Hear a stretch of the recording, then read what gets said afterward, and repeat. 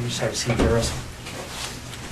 The guy I was speaking with on whatever night that was Russ as well. Oh, yeah. And he took every number I had. Yeah, now they were doing some pretty thorough interviews that night. So. Yeah, absolutely. I was All right. glad to see it. I'm just going to move your gloves here. That's a little microphone, just to make sure there's nice and clear. As you can see here, everything in this room is videotaped and audio taped. Check. You ever been interviewed by the police in a room like this before? I Or? have never been interviewed like this. Oh, no? Okay. No. Let's get this set up here. I guess the closest interview by NIS for top secret clearance. Oh, yeah?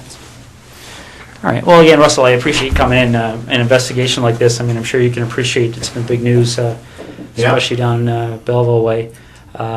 And, you know, obviously our approach to cases like this is that we don't give up on somebody being alive until we get evidence that they're not. So because of that, we're treating Jessica's case as an emergent situation, obviously. Yeah. So we're fast forwarding things that we might normally take our time with. And that's why we're here on a Sunday afternoon. Sure. So again, I appreciate it. Okay. We're going to do a pretty thorough interview today. Okay. And the reason for that is because the last thing we want is to be calling people back again and again and again. Okay. So what we're going to do is we're going to go over a number of things, and I'm going to explain what all those are to you. Okay. I'm a big coffee guy. I don't know if you're a coffee guy or not, but I didn't want to drink in front of you. So no, I appreciate that. All right, go ahead. I could definitely. Are they black? Yeah, they're just black with sugar. Definitely. I just started my probably haven't a little bit. Started your what, sorry? Gum. Just oh, okay. first piece of gum. Well, there's napkins there if you want to toss it or whatever. I appreciate that. All right, and again, like I said, this interview is going to be very thorough. But again, I have a simple rule when I talk to people. It's I'm sure you're the same way. I treat everybody with respect. I don't want to ask you to do the same for me. So what we're going to do is we're going to start off by going through what your rights are. Okay? Just like everybody else. Okay. Have you ever been read your rights before? No. Yeah, I'm sure you've seen it on TV a whole bunch of times, but that's usually the American version. So I'll go over with you briefly. Okay. Basically, in Canada, as you know, I'm sure, is we all have our rights guaranteed under the Charter of Rights and Freedoms. Right. Okay. Now, Russell, just to avoid any confusion, because people do get confused when they're talked to by the police, is that you're obviously not under arrest here today. Okay. Anytime you feel you want to leave here, you feel free to do so. The door's not locked. Teresa will walk you down the lobby anytime you want. Okay. If there's anything that comes up in our interview today, Russell, that you feel you want to talk to a lawyer about, you just let me know. Okay. Sure. And the reason for that is I want to explain to you exactly what's going on here. Okay. Jessica Lloyd is one of 4 cases that we're currently investigating. Okay. Right. And essentially what's happened is over the past about 4 or 5 months, there have been 4 occurrences that, like I said, that we're looking into. 2 of those occurrences occurred in September of 2009. And very briefly, they were up in the Tweed area. They involved somebody entering 2 different women's houses in the evening hours and committing sexual acts. Okay. In November of 2009, a young lady by the name of Marie-France Como was found murdered in her home in Brighton. And we believe that there was a sexual component to that crime as well. And then most recently we have Jessica Lloyd's disappearance. Okay, so essentially when you're looking at those kind of crimes, we're looking at a number of different potential criminal charges. All right. We're looking at issues all the way from the most serious one, which is first-degree murder, kidnapping, sexual assault, break and enter with intent to commit sexual assault, forcible confinement. Okay, and so what I want to make sure you understand, and this is what we've been doing with everybody we've been talking to, is that clearly when we find out who's responsible for one or all of those crimes, they could be charged with one or all of those offenses. Okay, whether it's you or whether it's anybody else. All right. And that's why it's important that we make sure that people understand what they have to do and what they don't have to do when they're talking to us. Okay. So as I said before, any point today you feel the need, you want to speak to a lawyer, you let me know, and we can take you to a room where you can do that in private. Okay. Do you have your own lawyer? I have a realty lawyer, but no, I don't have a lawyer. All right.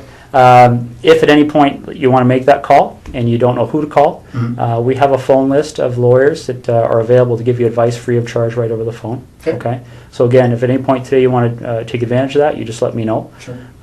Is there any reason you want to call a lawyer now? Nope. Okay.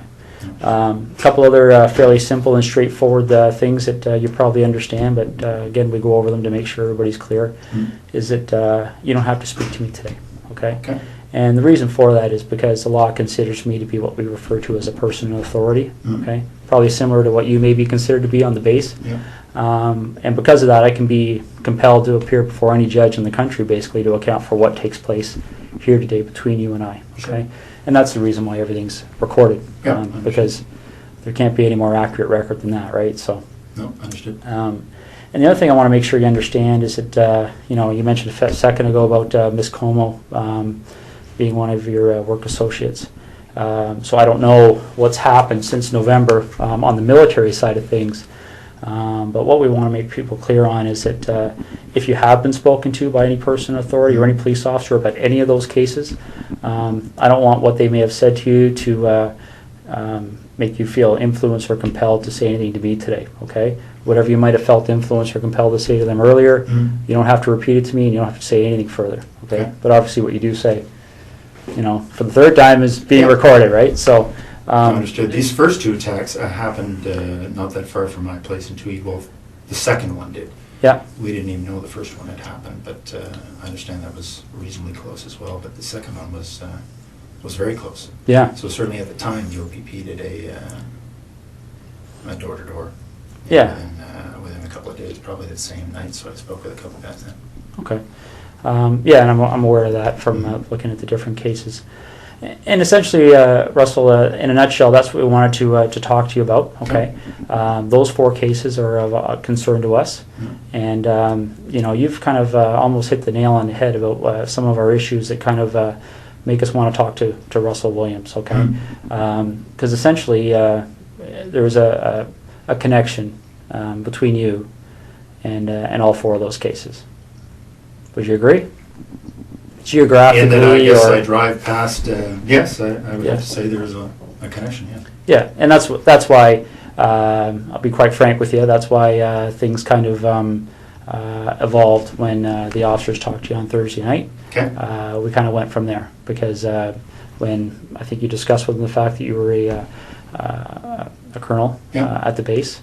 I was in uniform at the time, so. Yeah, so pretty obvious, right? Yeah. So essentially, then the connection with Ms. Como was made, and I believe you're a door or two down from one of those two incidents in Tweed.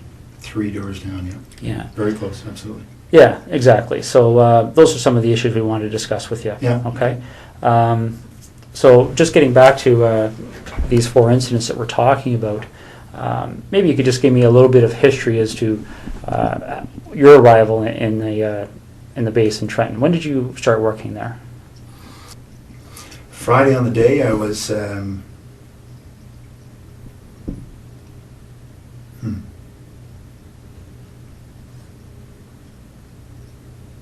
Friday on the day I was at home most of the time. Most of the day I had a sort of a stomach flu.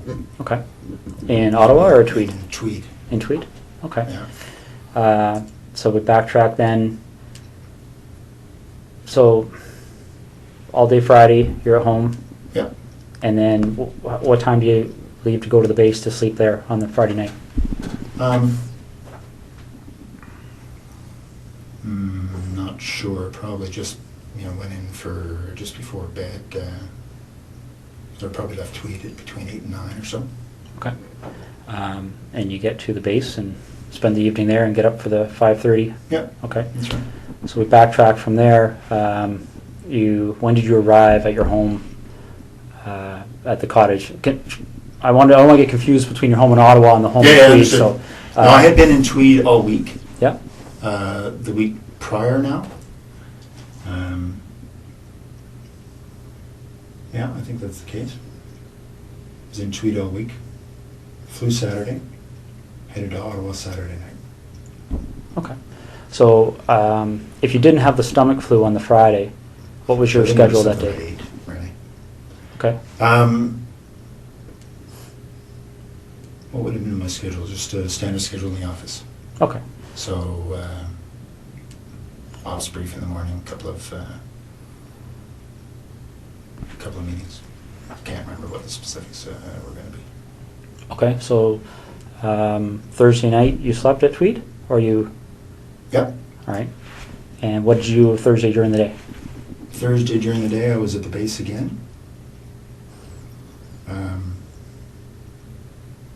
I think it was a fairly standard day. I can't recall exactly, but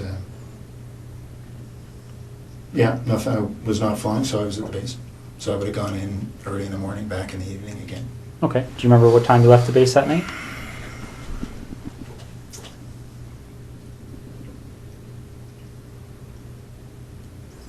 I don't remember anything peculiar, so I would say, I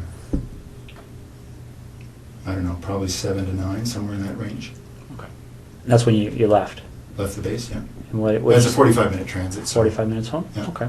Okay. Now, I'm not going to walk you through November, but I'm going to take you to a date that's probably pretty fresh in your mind, the day that Marie Franz coma. Yeah. Do you remember how you found out? I do. Yeah, I was sent an email.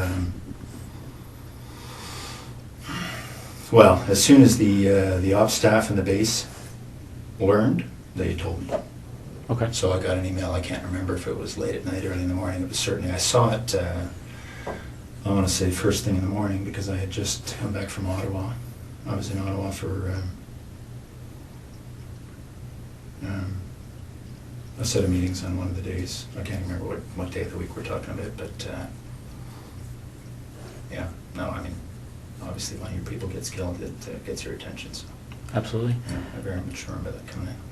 And how did you know Marie Franz coma? I'd only met her once. She was on a crew I was on just after I got to the base. Okay. So I can't even remember. I think it was a one-day trip.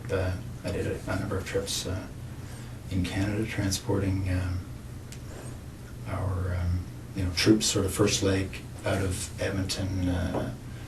We tend to hopscotch them across until they get into theater. So anyway, I can't remember which trip it was, but we did a number of them out to Edmonton just to pick up the troops, bring them to Trenton, and then put a fresh crew on, and because we'd fly out and back in the same day, so pushing the edge of that, and fresh crew on, and then continue on after a couple hour delay. Okay. Do you know roughly when that happened? That we were on the same crew? The time you met her, the one time there, yeah? It was soon after I got to the base, so I don't remember exactly, but I would say in the first couple of months, so August, September. Okay. Yeah.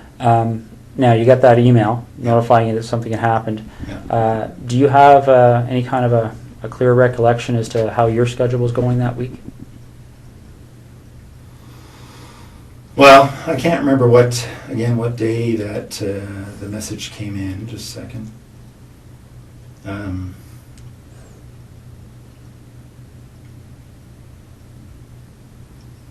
No, I can't remember what day of the week, but I'm just thinking there was a whole bunch of activity spun up as a result, obviously. No, I can't remember the day of the week.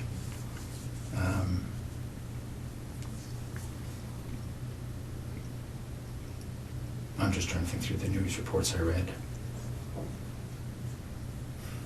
No, I'm sorry, I can't remember what day that was, but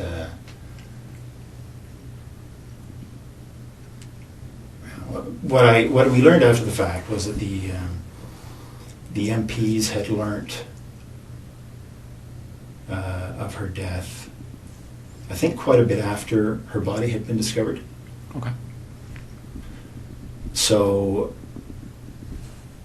I think what happened, sorry, just a second.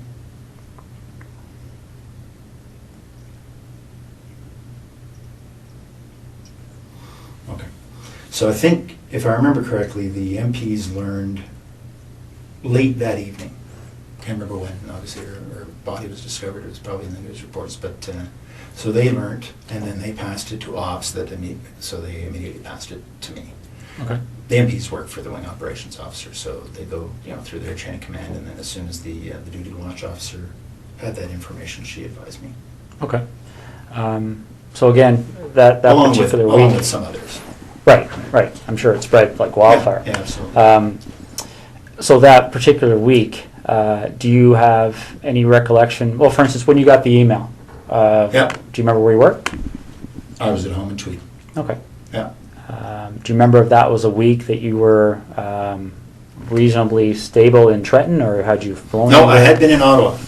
I had been in Ottawa early in the week for some meetings over in Gatineau for one of the, it's actually for the C-17 acquisition. I was project director when I was here in Ottawa for that, so just some follow-up stuff for that. Okay. So I had been here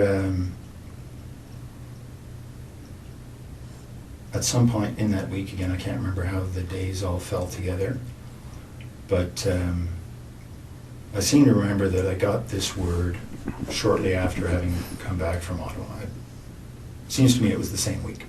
So if we were to do a similar investigation in your background, is there anything you can think of that anybody may have misinterpreted, or anything in your history that somebody might say Russell Williams Absolutely. did this? No. Okay. Be very boring. What's that? It'll be very boring. All right, because essentially that's what I'm looking at. Is it? You seem like a very intelligent person, and I think you can see how a surprise like that would certainly set off Absolutely. some alarm bells in our There's investigation, right? Okay. Yeah. So the next thing we need to cover off is, well, I'll just ask you this straight out. Given the types of crimes we're investigating, do you get much chance to watch television shows, CSI, things like that? I do watch, I prefer Law and Order, but I do watch CSI occasionally, yes. Okay. So you have an idea of, obviously, the forensic capabilities, things like that are out there. What would you be willing to give me today to help me move past you in this investigation? What do you need? Well, would you be willing to supply things like fingerprints, blood samples, Sure. things like that? Yeah. Okay. Footwear impressions? Yeah. Okay. All right. I think that's what we're gonna ask you to do. Okay. All right. Now we have a process we have to go through to do that. Okay. And for the blood sample, I don't take the blood sample. We have specially trained officers that are trained to do that. Okay. I'm going to step out and make sure they're still available. Can I assume you're going to be discreet? It's possible. Yeah. Because, this would have a very significant impact on the base if they thought you thought I did this. Well, bottom line, Russell, that's one of the reasons we're here on a Sunday afternoon. Okay. The military certainly be of great assistance to us, especially in relation to Miss Como's investigation. Mhm. So that's certainly one of the things that went into our decision to give you a call at home today and see if we could deal with this today. Okay. So, okay.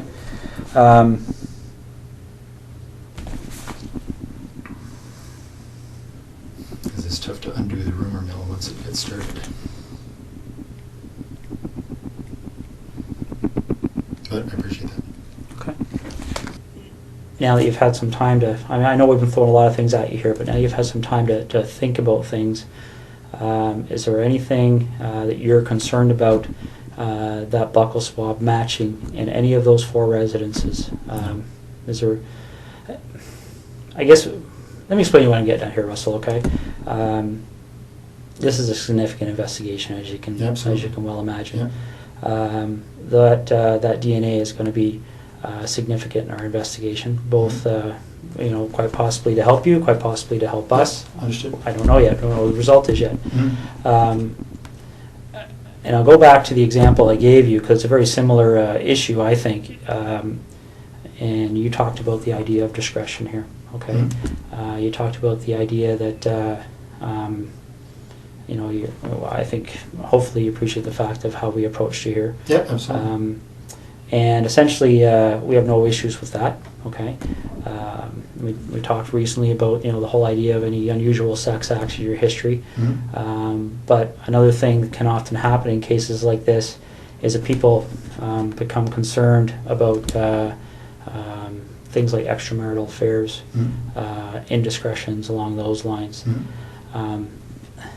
Is there any contact that you may have had with any of those 4 women that you may not want your wife to be aware of?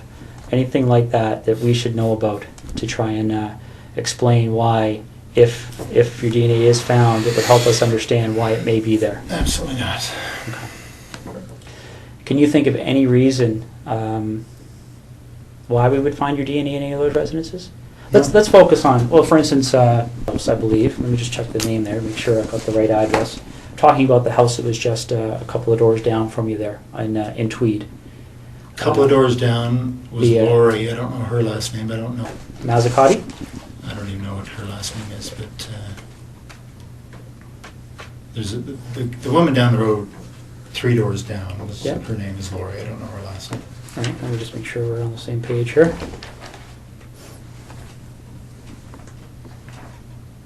Okay. My understanding is she lived at 76 Cozy Cove. Yeah, so she would be the one, the second one, the second incident on your road there. Yeah. A couple of doors down. Ever been in her house? No. We met her once, I think the first summer we were there, so in 2004. Okay. And that's what I'm getting at. Again, this is a credibility issue, right? Yeah. Because I don't want to come and see you 2 weeks from now and say, you know, Russ, our CSI people went in that house. And are you familiar with how DNA works? I think broadly, yes. I would guess so. One of the challenges we have in 2010 with DNA is it's become so precise that I guess the best way to explain it is I can think back 15 years ago when I started in violent crime investigation. Yeah. For us to get a DNA match, the sample we had to find was, you know, probably would have filled half of one of these cups. Okay. You know, because they destroy so much of the sample in the testing. Okay. Essentially, DNA has become more and more precise to the point where when you and I walked in this room earlier today, we could have sat down, talked for 30 seconds, walked out. CSI officer could have come in 3-4 days from now, did some swabs here, and he would have found your DNA and my DNA, and probably a lot of other people's DNA. Sure. A little bit gross to think about, but essentially, you know, as we talk, you know, a little bit aspirate comes out of our mouth that contains our DNA, or or our skin cells contain our DNA, and that's what I'm getting at. If you were ever in Lori's residence, quite possibly, quite innocently, your DNA could be in that residence. Has there ever been a time you've been in there? No. Okay. What about the other lady down the road on? I hadn't even heard that name, so no, I don't actually know who that was. Okay. Have you ever visited Marie France Como at her residence? No. Okay. All right. So you're quite positive there would be no reason why your DNA would be in any of those 3 locations. Okay. Did you know Jessica Lloyd even in passing for any reason? No, I didn't hear her name till it was on the news. Okay. And the reason I'm asking that is because I know you were asked that question on Thursday night, and sometimes what we find, and again, this is one of those situations that can sometimes cause us to get in a lengthy investigation as somebody that maybe doesn't deserve it. But what can happen sometimes is somebody gets stopped by the police like you did, and they get asked that question, and people, when they're stopped by the police, they can be nervous, okay? So they blurt out an answer, and then they start driving away, and they go, oh, why'd I do that? Because the problem is that once they get asked again, then they feel compelled to maintain that answer for fear that if they change their answer, somebody could find it. You understand what I'm saying? I do. Okay. So I want to make sure that's not happening here. I don't care what you said to the officers on Thursday night last week.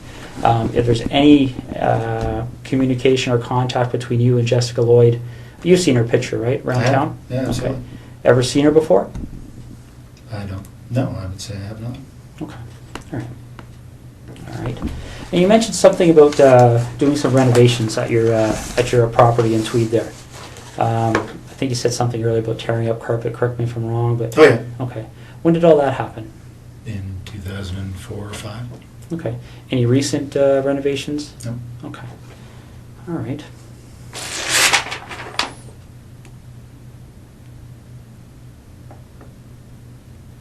Just want to make sure I'm covering all the bases here. Okay.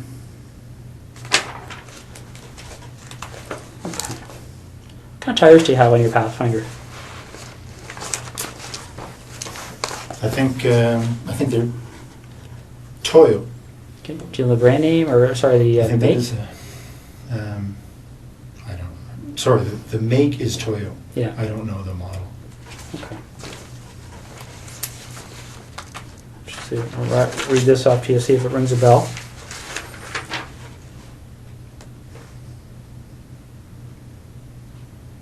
Ever heard of, does Toyo Open Country HTS That sounds make any right. sense? Yeah. Okay. When did you have those tires put on your Pathfinder? Well, it's the second version we've had of them, so I think it might have been this past fall. They replaced other ones we'd had on the same. Okay. Well, Toyo, I can't say that they were exactly the same model, but our dealership here in Ottawa says they're very popular for the Pathfinder. So. Okay. And they were good. They lasted a long time. All right. I've had to. I think you were talking about the whole idea of the MPs helping us with our investigation, stuff like this. You have the same system as we do at our headquarters with the swipe cards. One of the things one of our investigators did is they made a call while I was talking to you there because we were trying to work through that week of the 23rd of November. Okay. 23rd being the Monday, 24th being the Tuesday. Okay. What they've told us is that, and I want to make sure I get this right, is that on the 23rd, your swipe card was being used at the base. Okay. Okay. On Tuesday 24th, there was no use of your swipe card. Okay. And then on the following days, the Wednesday, Thursday, Friday, there was what appeared to be average activity of your Okay. swipe card in the base. Does that make sense to you? It does. That says that I was in Ottawa on the Tuesday. Okay. Do you remember where in Ottawa you were? Yeah, I was in Gatineau with, as I said, meeting about the C-17. Okay. Now, again, I want to be fair to you here. We're going back 2 months. Yeah. Are you sure that would have been the day you were in Ottawa? Well, only because I wasn't at the base. Okay. So I can't remember, honestly, that's the day I had the meeting in Ottawa, but if I wasn't at the base, it was because I was here. Okay. Now, if that is the day you had a meeting in Ottawa, do you remember being at the base on the Monday, the 23rd, and swiping your card in and out? Do you remember what you would have done that evening to get to Ottawa for that meeting? Like, would it be... I drove to Ottawa in the morning of the day of my meeting, so if it was the Tuesday, then I would have left Tweed. It was a very foggy morning. Okay. That morning. I drove in that morning. Okay. So I would not have been at the base the day I was in Ottawa, because the meeting started at 8:30 or something. Okay, so you leave the base, you would have went home to your residence in Tweed, Yep. and then you left Tweed in the morning and drove up to your meeting in Ottawa. Yep. Okay. You leave the meeting in Ottawa is a daytime meeting, evening meeting, or do you remember? Yeah, it was a daytime meeting, finished, I don't know, mid-afternoon or so. Okay. We had lunch and then finished. I think my wife and I had dinner because she was here for work, and then I headed back. Okay. Well, these are the kind of things I'm trying to draw out here. That's helpful to us. Do you remember where you had dinner? Well, I don't remember exactly the restaurant, but it was in Westboro because that's where our house was being built at the time. So we had dinner, in a restaurant that we would expect to be able to frequent once the house was finished. Okay. Remember how you paid? One of us would have paid by MasterCard. Yeah. Okay. Are you sure about that, or? Pretty sure. That's normally how we Okay. pay for meals. All right. Can't remember if it was me or my wife that paid, but one of us. Okay. And do you remember which restaurant it was again? No. Okay. All right. And you see what I'm getting at, right? I mean, that can be very helpful for us because if we can track that issue, right? Yeah. We can put somebody paying for a meal at a location. Well, with a I was credit card. meeting with 15 people or so that day. So Okay. And what time did the meeting end? I would say between 3 and 4. Okay. And are you sure that that's the same day you went out with your wife? Well, I think so. Yeah, because she was here, and I think that was the day we went to this restaurant in Westboro. Yes. Okay. You finished dinner, and do you remember what you did that evening? I would have driven back to Tweed. Okay. And you would have... Now, again, I know we're talking 2 months ago here, but do you Yeah. remember specifically having dinner and then driving back to Tweed, or do you remember, are you just guessing here? No, I'm not really guessing. I mean, I believe that this night at this restaurant was following the meetings in Ottawa. Mm-hmm. And I, kissed my wife goodbye and headed back to Tweed to go to work the next day. Okay.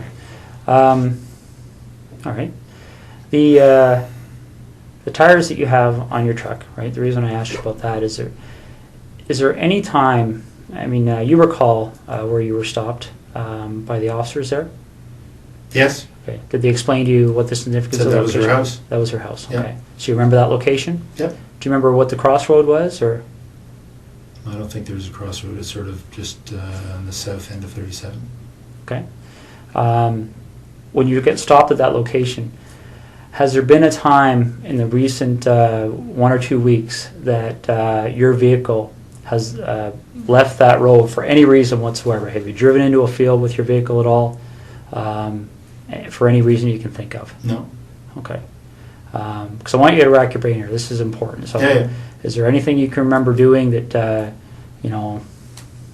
would have caused you to drive off the road No. at that section of roadway? No, that's my early. That's the early part of the highway, and just head north. It's about 30 minutes from there to. Probably 20 from there to my house. Okay. Would it surprise you to know that when the CSI officers were looking around her property, that they identified a set of tire tracks to the north of her property? Looks as if the vehicle left the road and drove along the north tree line of Jessica Lloyd's property. Okay. Okay. They took they examined those tire tracks, and they have contacts in the tire business. Obviously, tire tracks are a major source of evidence for us. Sure. Shortly after this investigation started, they identified those tires as the same tires on your Pathfinder. Really? Yeah. Okay. Okay. One of the other things that they do to try and identify the type of vehicle that may have left those tires, well, is they do two things. They talk to witnesses. Okay. There was a female police officer that actually drove by that location that evening and recalls seeing an SUV type vehicle in the field to the north of Jessica Lloyd's house, consistent with a Pathfinder. Okay. Could maybe consistent with other things, but consistent with a Pathfinder. And they what they also do to try and identify the type of the vehicle is they look at what they call the wheelbase width. Okay, because different vehicles, different makes, models have wheelbase width, so they can take those two sets of tire tracks, measure the distance between them. Okay, and determine what the width is. Sure. And then they can enter that into a vehicle database, and it will spit out the types of vehicles. Yeah. Okay, your Pathfinder's wheelbase width is very, very close to the width of the tires that were left in that field. Okay. Do you have any recollection at all of being off that road? I was not off the road, no. Okay. All right. Russell, is there anything you can think of? Let's go talk about Marie-France Como for a minute, okay? Is there any reason at all you can think of that during our investigation, obviously we're searching computers, things like Blackberries, right? Electronic devices, looking through houses for things that are in handwriting, written notes, diaries, things like that. Now, I'm not at liberty to tell you what the content was, but is there any reason at all you can think of why Marie-France Como would have specifically referenced you in some of her writings? Not at all. No? No, absolutely not. Okay. Is there anything that she ever said to you that led you to believe that there might be something more than a passing interest with her towards you? Not at all. No, we spent, one flight together talking. I'd go back occasionally and talk. No, if that's the case, that's very surprising. Okay. All right. You have any questions for me right now? No. Okay. I'm just going to step out and see how things are going, okay? Okay. I mean, it is a Sunday, but there's probably 60, 70 people working on this file, so there's a lot of things happening. Sure. So let me go out and see what's happening, and then I'll come back in and we'll hopefully continue, okay? I told you when I came in here that I'm going to treat you with respect, and I've asked you to do the same for me. We talked about the whole idea of how we've approached you here, okay? The trying to be as discreet as possible, okay? But the problem is, Russell, is every time I walk out of this room, there's another issue that comes up, okay? And it's not issues that point away from you, it's issues that point at you, okay? And I want you to see what I mean, all right? This is the footwear impression of the person who approached the rear of Jessica Lloyd's house on the evening of the 28th and 29th of January, okay? All right? Now, I want you to keep in mind that this is slightly smaller, okay, in scale, okay? Okay. All right, that's not to scale. That's, the footwear is actually bigger. Okay. If you look here on the ruler, you'll see that 1 inch is just slightly smaller than an actual inch, okay? But this is the way it prints off on the computer. Yeah. I'm going to move this over so you can see what I mean, all right?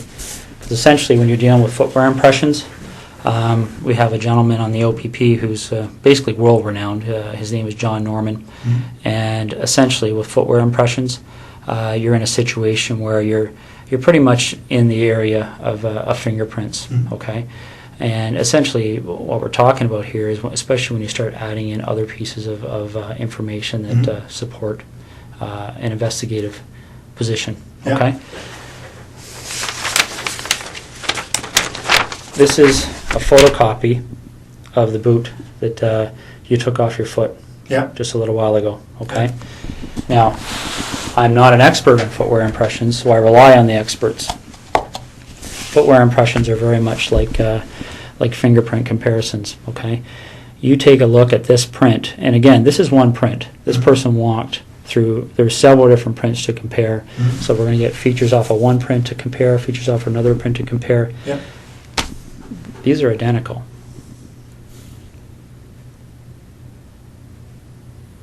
Okay. Your vehicle drove up the side of Jessica Lloyd's house. Your boots walked to the back of Jessica Lloyd's house on the evening of the 28th and 29th of January. Okay. You want discretion. We need to have some honesty, okay? Because this is getting out of control really fast, Russell. Okay, really, really fast.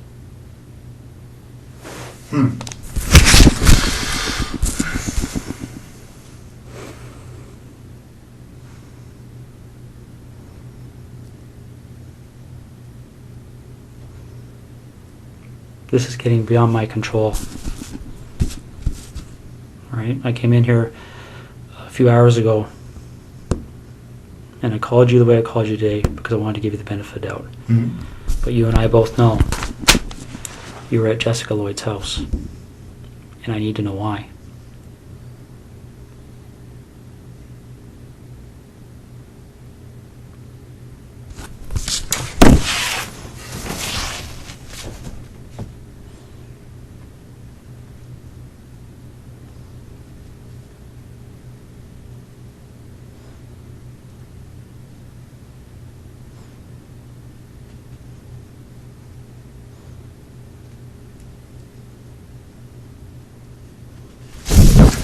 I don't know what to say.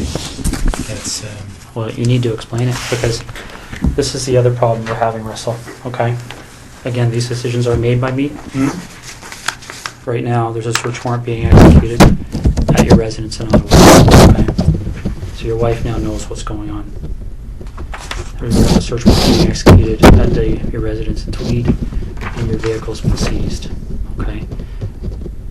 You and I both know they're going to find evidence that links you to these situations. Okay. You and I both know that the unknown offender mailed DNA on Marie Transcomo's body is going to be matched to you, quite possibly before the evening's over. Okay? This is a major investigation. The Center of Forensic Science is on call 24 hours a day helping us with this.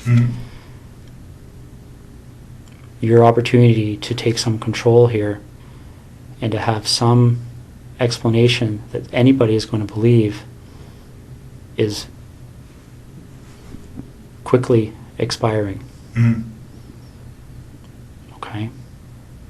We're applying, the investigators now applying for a warrant to search your office. Right? These aren't decisions that we can say yes or no to. This is the practical steps in an investigation like this. And Russell,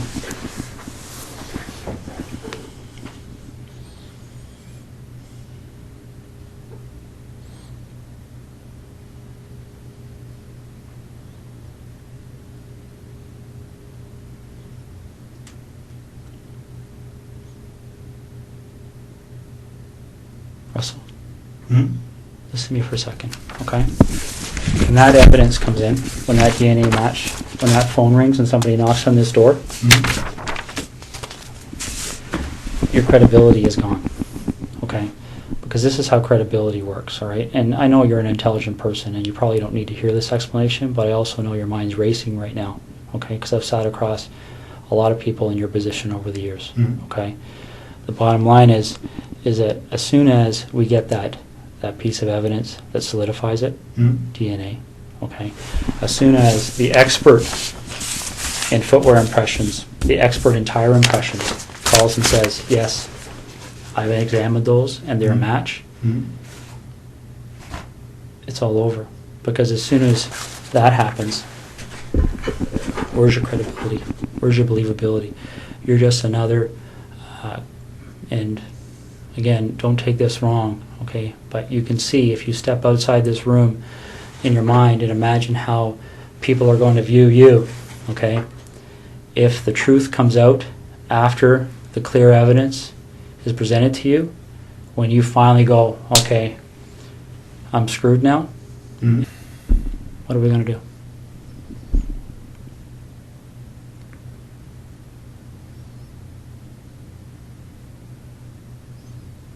Russell, you know there's only one option. What other option is there?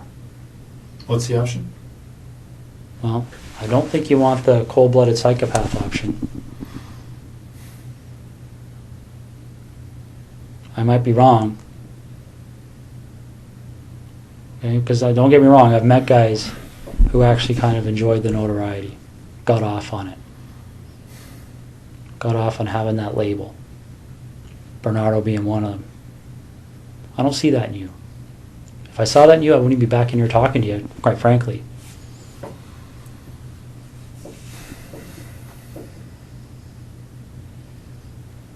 But maybe I'm wrong. Maybe you got me fooled. I don't know.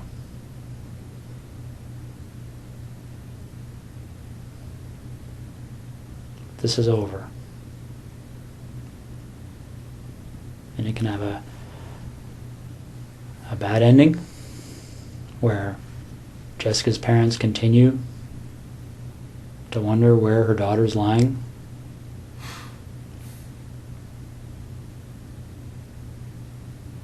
And I don't know. I mean, obviously there's a huge search still underway and it'll continue. It'll continue until her body's found. That might even happen tonight for all I know. Once that happens, then I don't know what other cards you would have to play.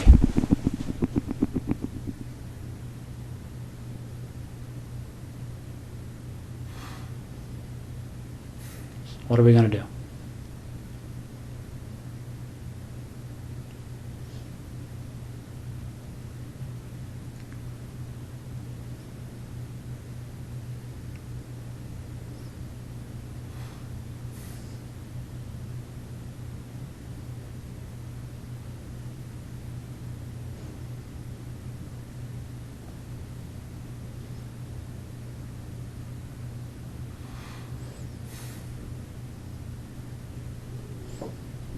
Russell,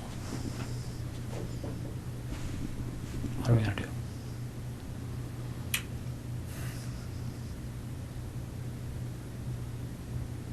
requests, please. Okay. What are we gonna do, Russ?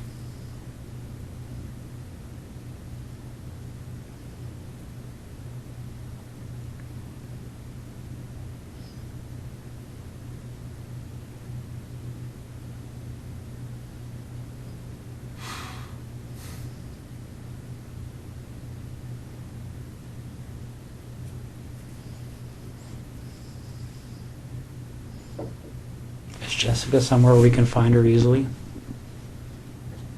Like, is this something where I can make a call and tell somebody to go to a location and they're going to find her, or is this something where we have to go and take a walk?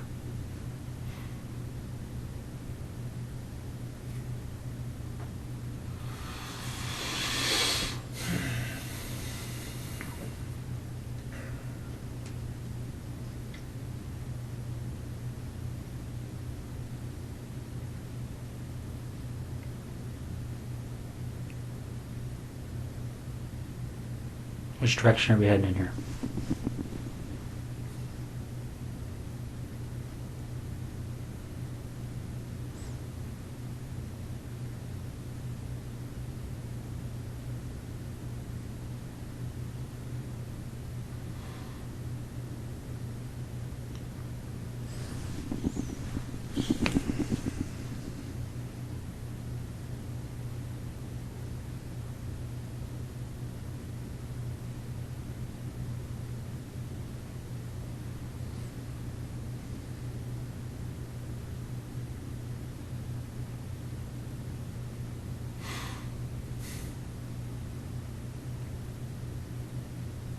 Russ, maybe this would help. Can you tell me what the issue is you're struggling with?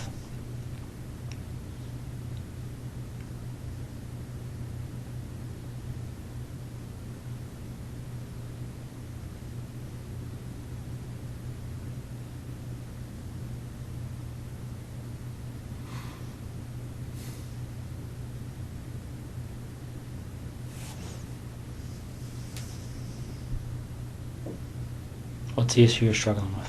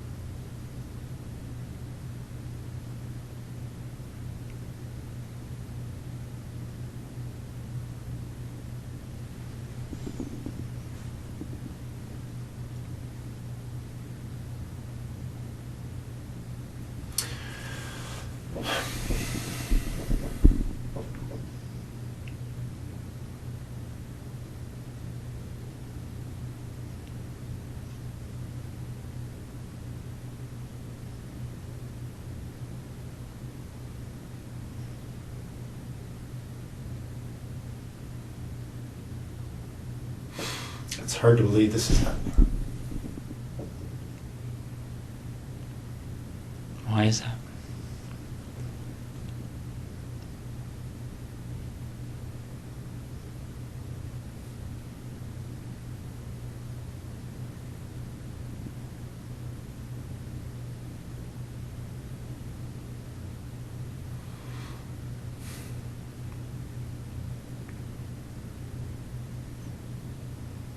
Why is it hard to believe?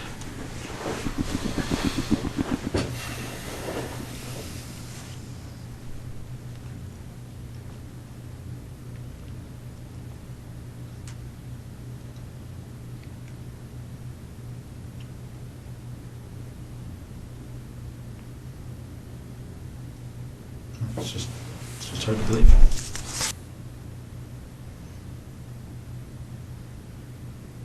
Whose decision was it?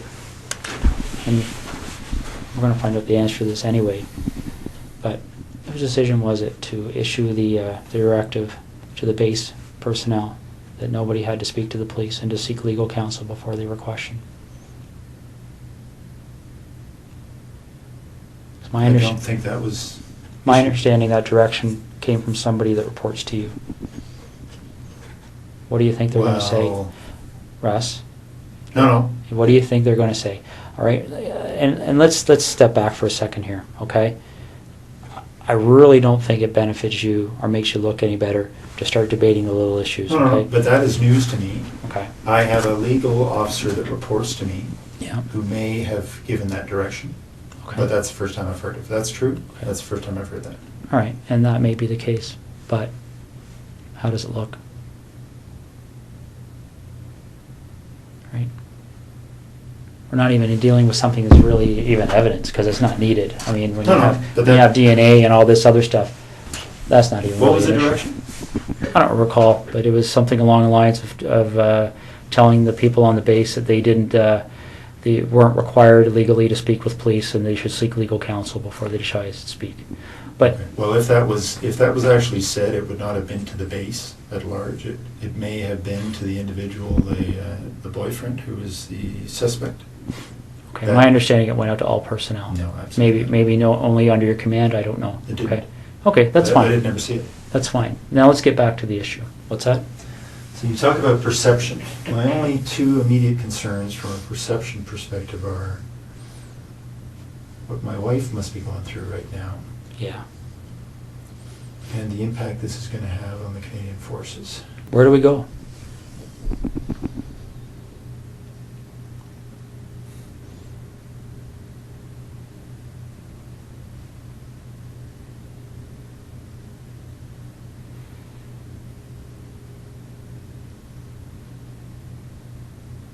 Russ, is there anything you want from me?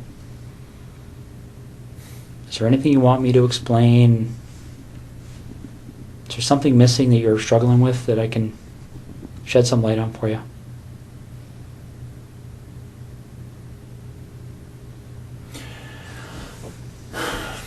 I'm struggling with how upset my wife is right now. Russ, what are you looking for?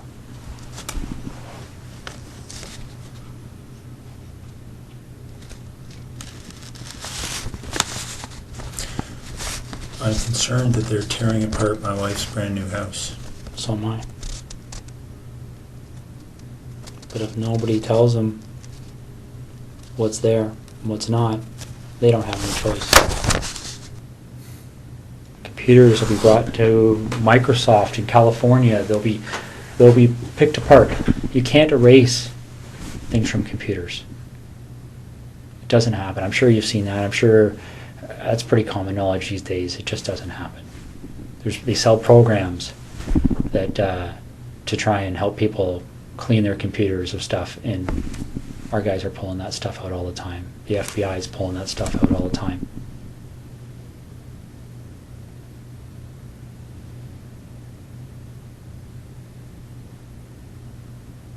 This investigation will end up costing no less than $10 million. Easy. And they will say no to nothing. Any request this major case manager makes on this case, they've already been told it's approved. Don't even bother asking.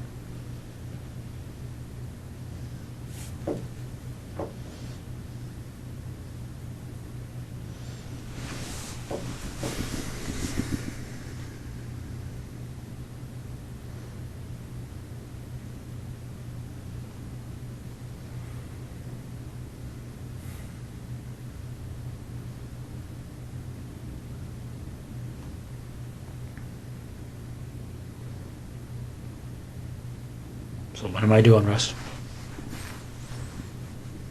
I put my best foot forward here for you, bud.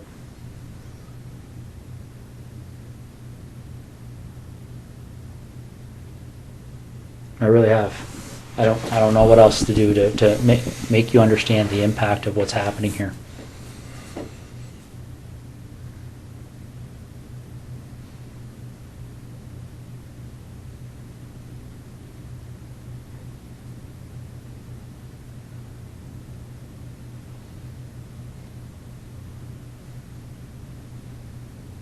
Did we talk?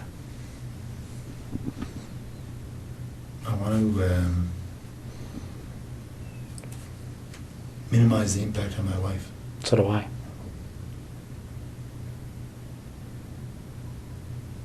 So how do we do that? Well, we start by telling the truth.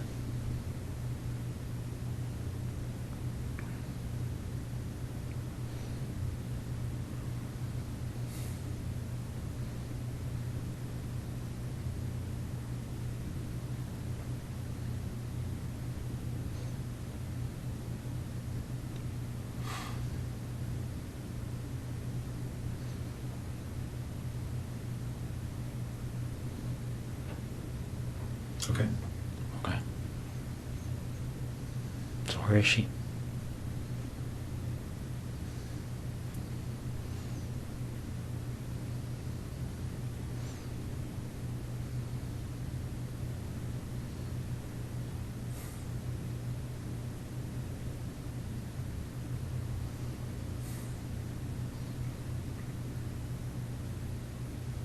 Got a map?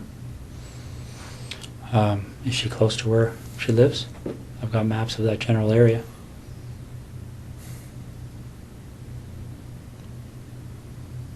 Which town is she near? Why don't we start there?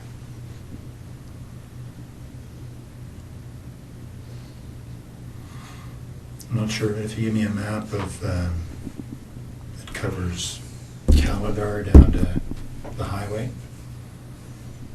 and over to Tweed and south, I'll show you. Let me see what I got here. I might have something.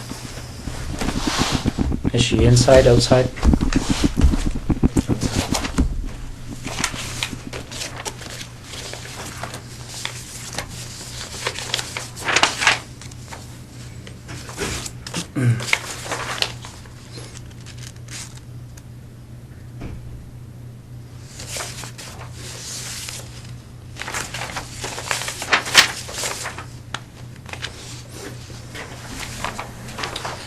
Probably the biggest area I have there, Russ.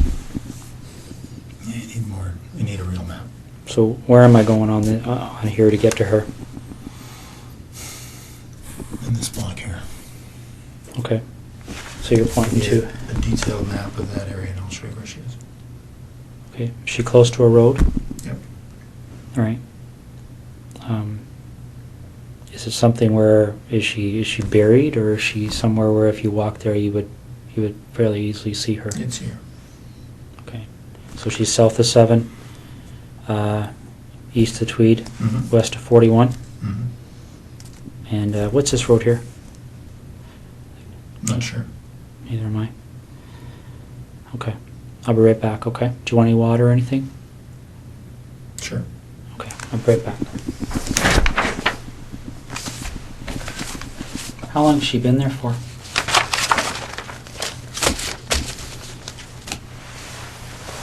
A little over a week.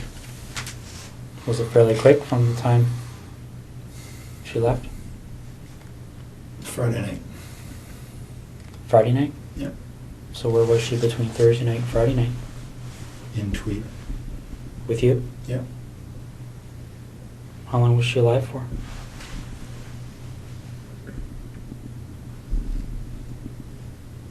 Almost 24 hours, not quite. Okay. Russ? You're doing the right thing here. Okay. Well, again, my interest is in making my wife's life a little easier. And Okay. her family as well. Well, we share that But interest. there's no, your time in Ottawa is wasted, really. I'll tell you where the membership cards are. Where are they? They're in the house there, but In Ottawa? yeah. Whereabouts? Some in the camera bag, which they would have found in my office. Mm-hmm. And when you walk into the office on the left side, there's a desk of drawers, set Okay. of drawers, like a filing cabinet, wooden, IKEA. In one of the top 2 drawers, and there's a plastic divider, Yeah. and there's inside there are 2 memory cards, Okay. which are blank, but I'm sure they can be And whose images are on those cards? well, I've erased them, but I expect be able to draw images of Jessica and I. What about Marie?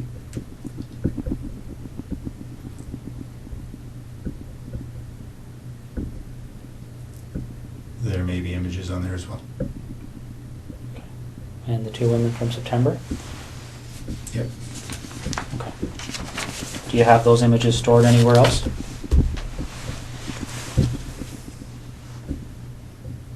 Yeah, there are 2 hard drives in the house in Ottawa. I can draw you a little picture if you like. Sure. Do you want to do that now while I'm Sure. getting them out? Okay.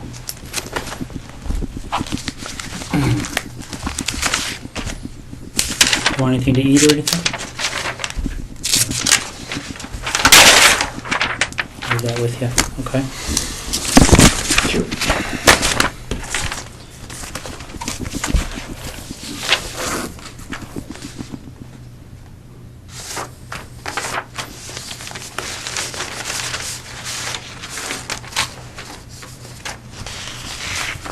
But I do want to talk to you, Jim. That's the plan. Okay.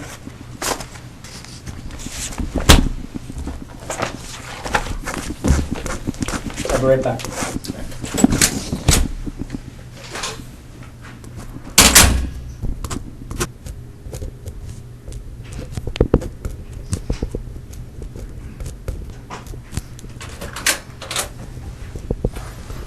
How you make it up there? Thank you. Okay, make it up. All right.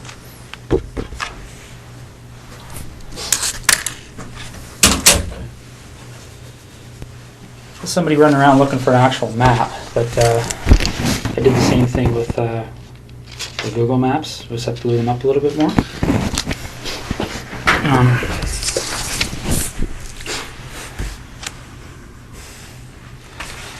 This is the biggest of the area. Well, this might have better parameters for you. Here's Tweed.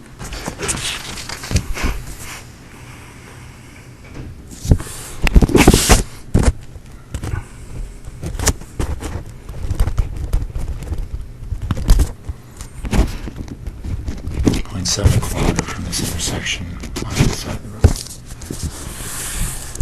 And what road is that? Kerry? South of, can't read that word. East Hungerford? Does that make sense? Oh, there it is there. Okay. How far off the road is she? 40 feet. Is she covered with anything? She's wrapped up. In She's what? on the surface. Just a gray something or other cover. Okay. Barry, the obvious question I'm going to have for you is, when they go there, and they'll be there shortly, they're going to find her? Oh, yeah. Okay. I'll be right back. You look like you want to say something. Just that this place, my wife, it's been a dream for the better part of a year, so I'm keen to get them what they need and so they can leave her alone. Okay. Well, we're going to do our best to keep that as low-key as possible, okay?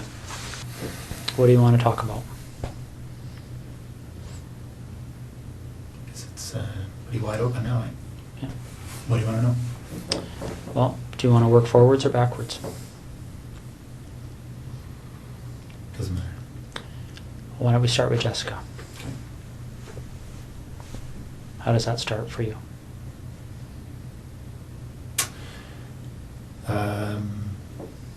I saw her in her house on her treadmill.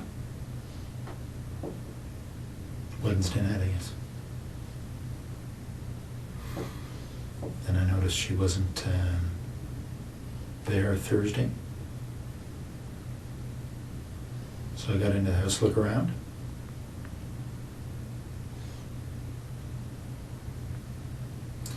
Then left. Noticed she'd come home. So I went back in. Through the back patio door. while she was sleeping.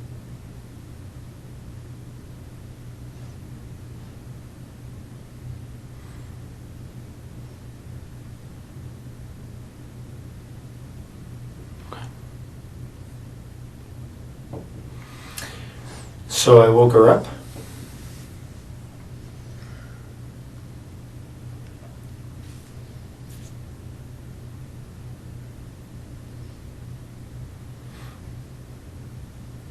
Didn't hit her. She only hit her once. Friday night.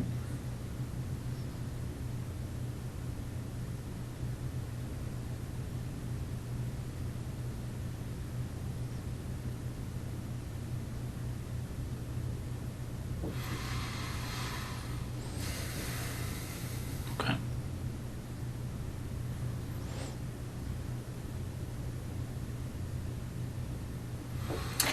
Well, so I raped her in her house,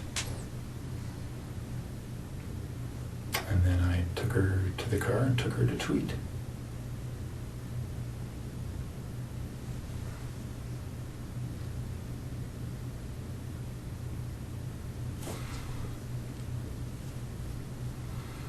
And spent the day in Tweed.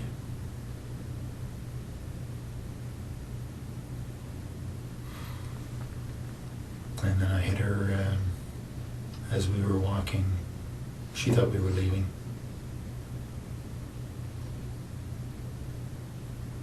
Hit her on the back of the head.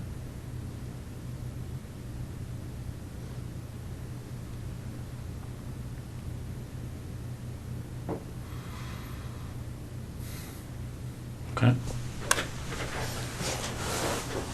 Anything particular? Well, what did the hit on the back of the head do?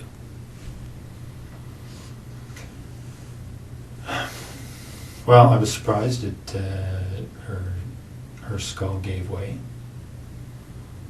She was there and immediately unconscious. And I strangled her. Okay. What did you hit her with? Flashlight. Okay. In the house or outside the house? In the house.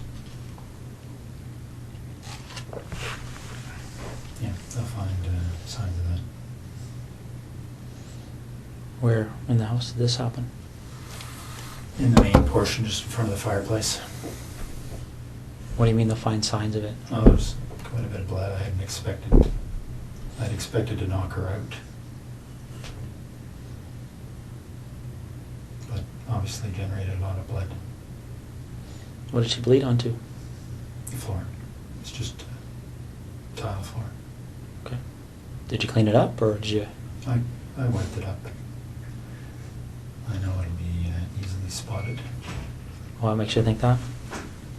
Like, if I walked in that house right Well, now, you would wouldn't, I see it? You wouldn't see it, not at all, but, you know, the right signs will show it, I'm sure. Okay. So when that happened, did she have clothes on or was she naked? Yeah, or? she was dressed. Okay. So when we find her, is she going to have those clothes on too? Yeah. All right. Okay. Marie France Como.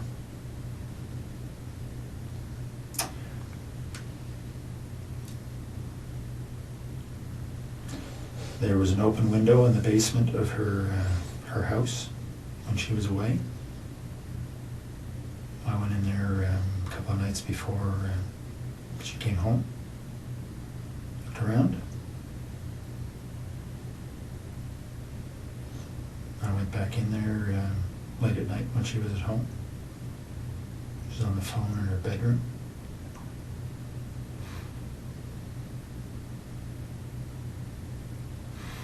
She actually discovered me in the basement. She was trying to get her cat to come upstairs, and the cat was in the basement, had seen me and was fixated on me in the corner. She couldn't get the cat up, so she came downstairs to try and get the cat, and I'm not sure why she came over to me. I guess the cat was staring at me, and she was wondering what the cat was staring at. The lights were on.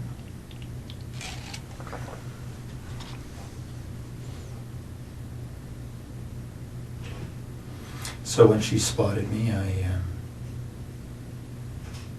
had the same flashlight. I subdued her.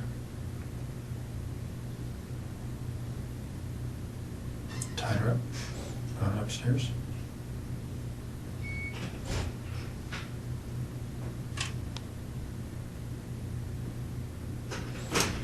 And strangled her later in the morning. Well, more suffocated her. Right. Some tape.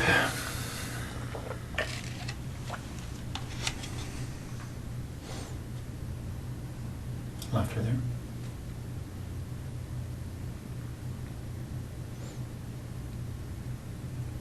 How did you subdue her? And when you say subdued her in the basement, what did you do? Well, I had the same flashlight, and you know, she saw me right away. So it was just I hit her a couple of times and around her head, try and knock her out. Didn't, but she was bleeding a little bit.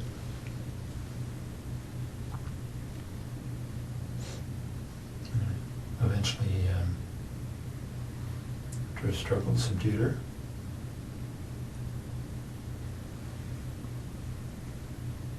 Okay. Any blood from that struggle? Oh yeah. No, not a whole bunch, but a flashlight did break her skin a couple of times. Okay. What area of the basement did that take place in? I was hiding behind the furnace, so she spotted me right there. Okay. Did she recognize you? No, I had stuff on my face. Okay.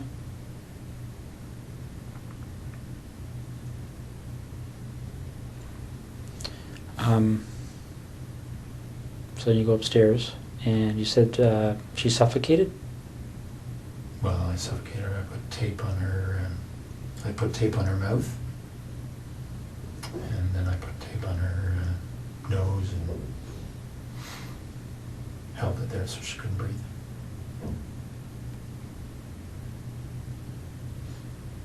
Okay.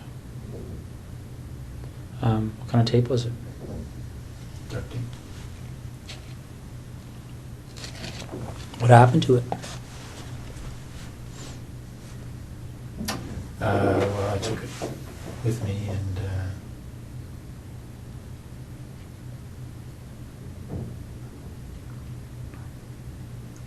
can't remember what actually I did with that tape, but probably threw it in the garbage. Did you use tape for any other purposes?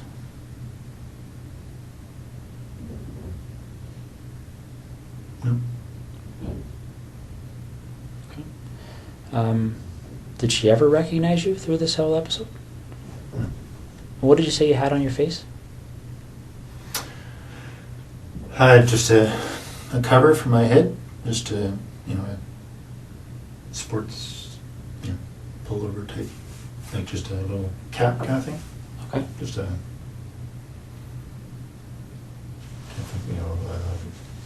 lycra or something. And just a headband over my nose and mouth. So it covered most everything but my eyes. Okay. Now this flashlight, where is that now? And tweed. In the house? Yep. What kind of flashlight is it? It's a red 3 double D. I'm not sure what brand it is, but it's a metal, one of these aluminum. It's like a big, I can't remember what brand of aircraft aluminum flashlights are. You see a lot of them. Anyway, it's a bigger one of those. Did you take anything out of Marie France's house or Jessica Lloyd's house? Yeah, some of their underwear. Okay. That's all. And where is that?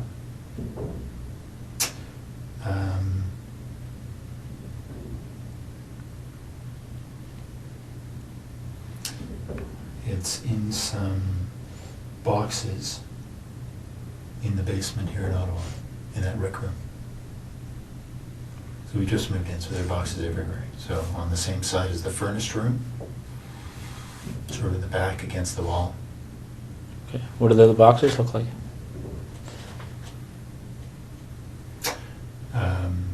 I think one's a scanner, the box for my scanner. Mm-hmm. They're all right next to each other, so a quick look through the boxes there will find it. Okay. How much underwear is in those boxes?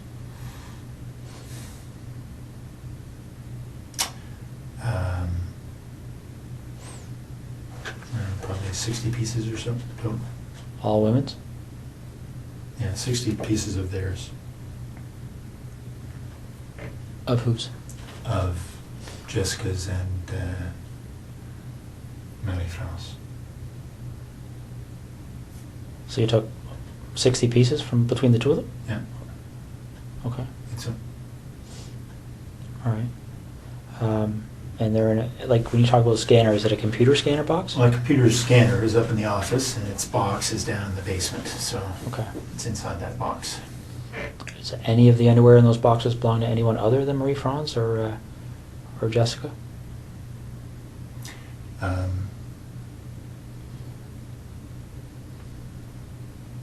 Yeah, there's some from each of the other two women. Okay. Why don't we talk about those two women? Mhm. So the first one happened on the 16th, and I don't know why I can't recall their names, but the lady that was lived closer to you. No, Lori was closer to me. Okay. So the first one, Mhm. I had just spotted her from our boat, actually. I got into the house while she was asleep, noticed that she was alone.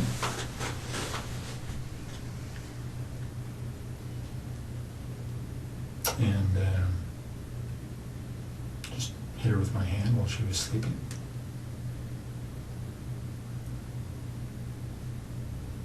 Subdued her. Mostly just my weight on top of her.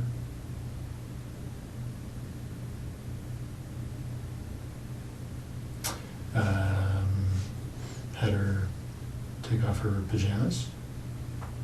Took some pictures. Took some of her underwear and left.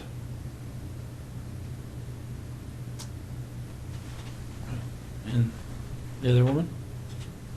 Same kind of deal. Got in through the back of the house. She was sleeping in her, not in her bedroom, but in her, in front of the TV. Very much the same story.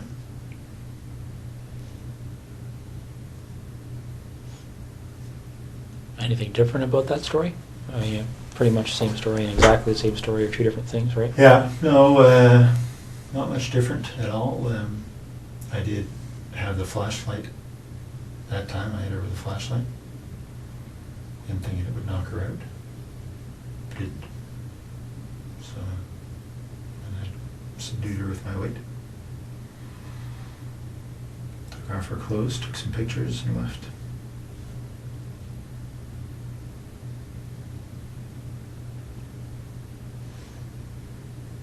Why do you think these things happen?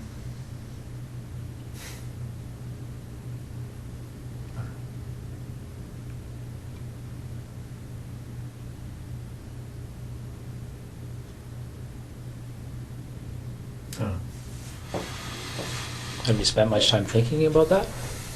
About why? Yeah. Yeah.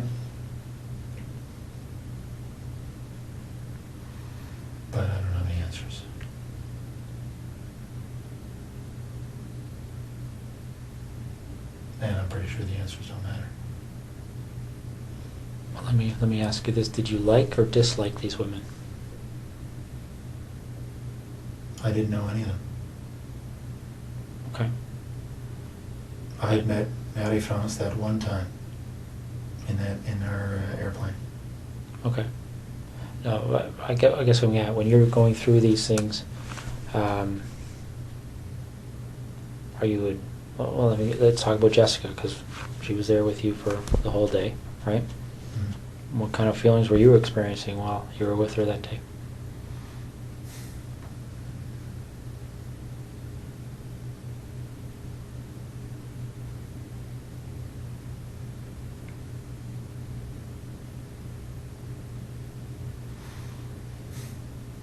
Oh, she was a very nice girl.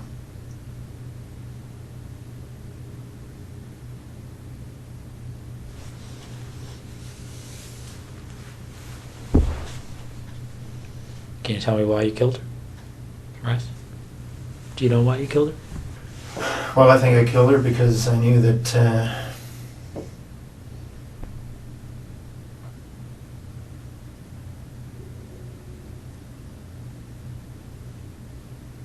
her story would be recognized.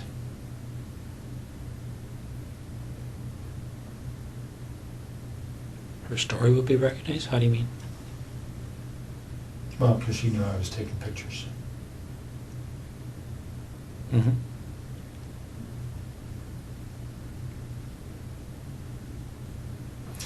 So because of the two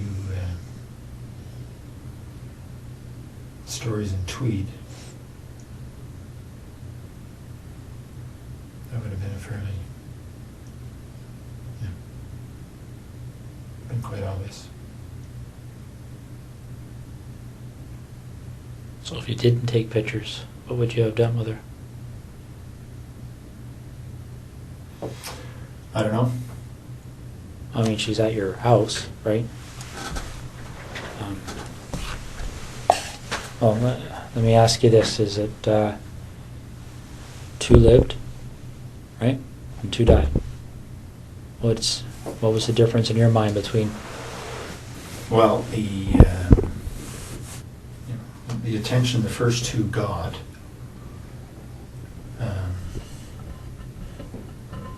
was very much focused on, obviously, or for obvious reasons, the pictures I took.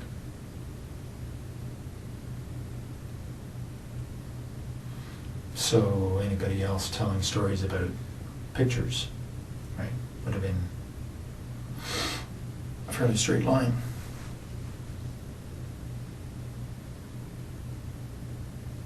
Okay, but when this thing happened with Marie France, did you believe that you were already a suspect for what happened in Tweed? No. So what were you concerned about? Well, because I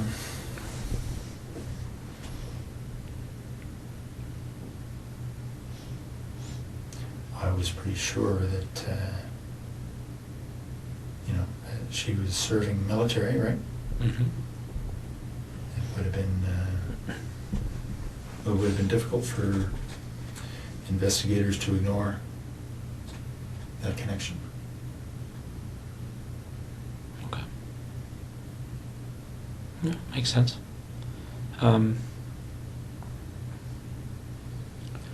Let's go back to Jessica then, okay? You see her on the Wednesday night, okay? On her treadmill? Mm-hmm. How do you see her?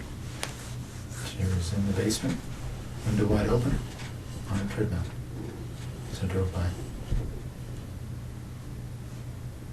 Okay. Did you stop to look at the house, or how does that catch your eye as you drive by? Well, I was looking to see who was where. Don't know that area very well, so I was just keeping my eyes open. Okay. So you spot her on the Wednesday. Yeah. Do you just keep on going, or did you stop and take a closer look that No. night or anything? No? I kept going. Okay. and you went back on the Thursday night, right? Yep. So you go back on the Thursday night, and you went into the house before she came home?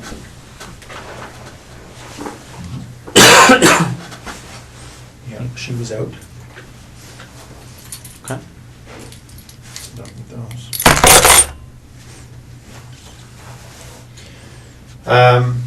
Yeah, she was out. Got in through the kitchen window. It's unlocked. Everything else was locked. Okay. So you're in there doing what? Looking around to see who lived in the house. It was just her. Okay. And then what do you do?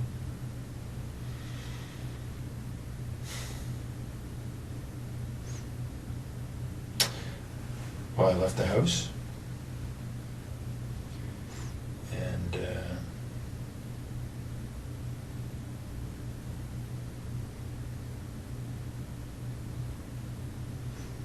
she came home. I hadn't been out of the house very long. So I watched for a little bit to see if she was alone. She was.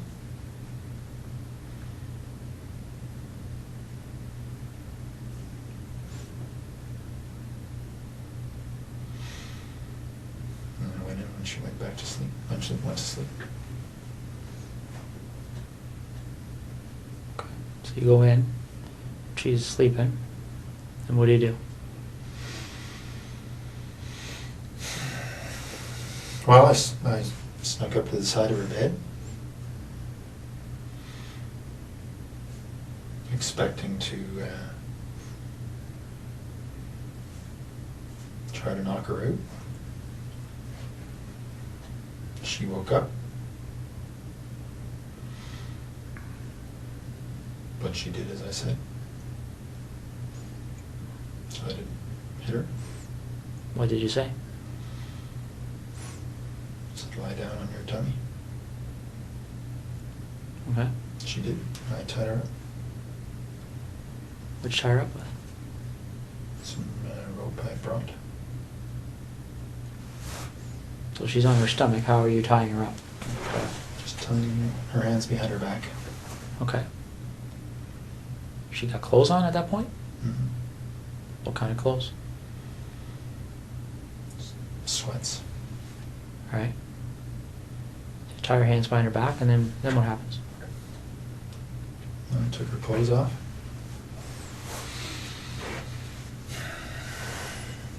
Okay.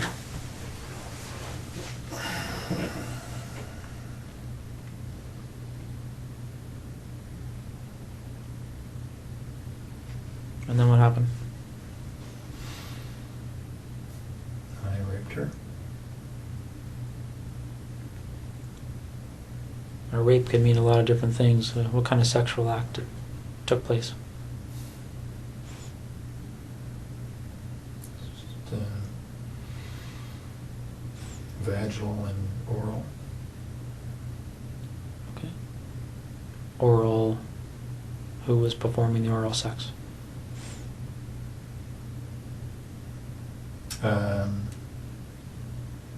No, me on her and her on me.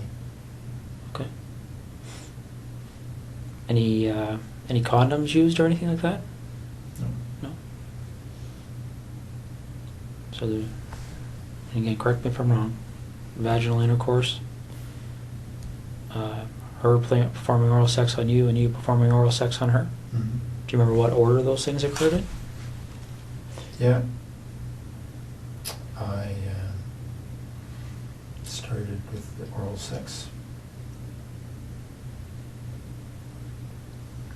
Then I raped her. And then later on I made her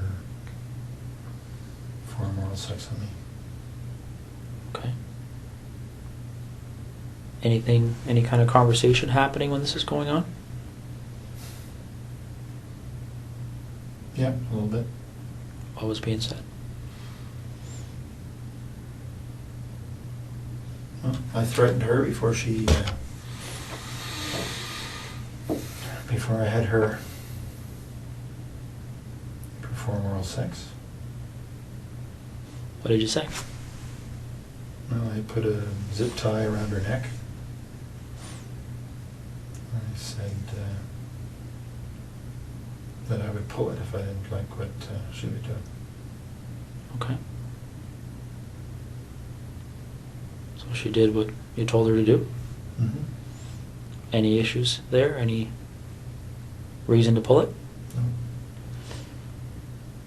So, do you remember if you ejaculated at that point? Or at any point? Not at that point, but later on. Okay. So, the oral sex finishes, and then what happens next?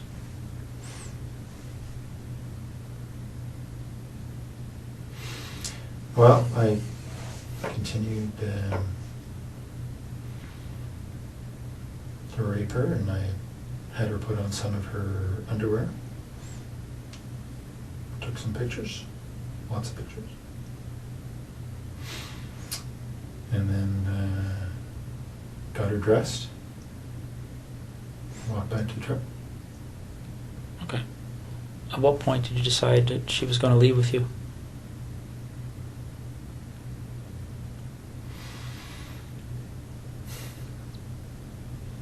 I'm not sure. That wasn't necessarily always the plan. But at some point, I was there for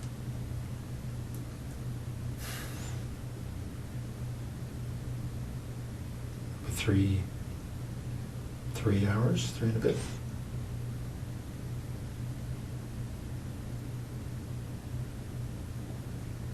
Okay. Do you remember the conversation about leaving? Was there any... Did she say anything about that, or what was she saying to you? She was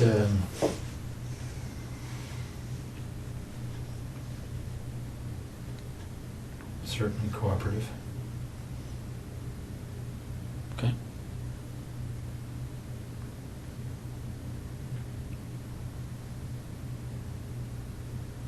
Cooperative can mean a number of different things. Was she excited about leaving with you? I mean, I don't want to be sarcastic, but... No, she just didn't put up too much of a fuss.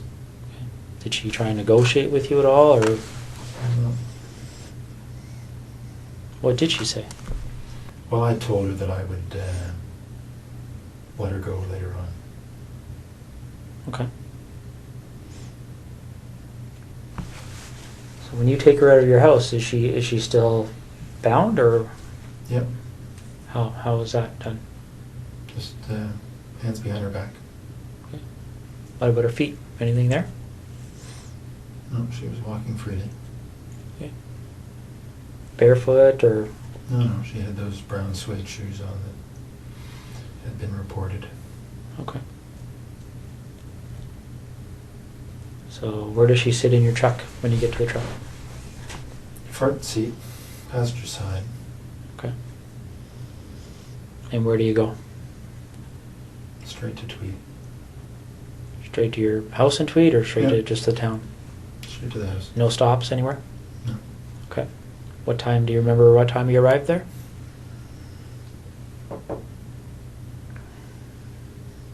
I don't exactly, but I'd say between 4:30 and 5:30. Okay. All right. When you were first there before she came home, do you remember, did anybody come to the door at all when you were in the house? Okay. No, I think somebody had come home, somebody had come to the house just before she did, because I thought it was her, but then they left. I was outside at the time.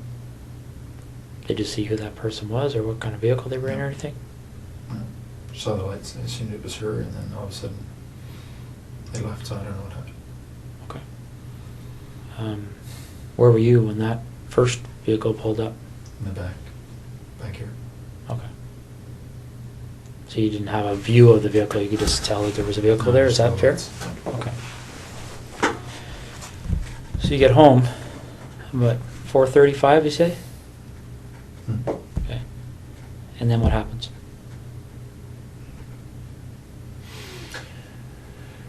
Well, she had to go to the bathroom. And had a quick shower, wash her.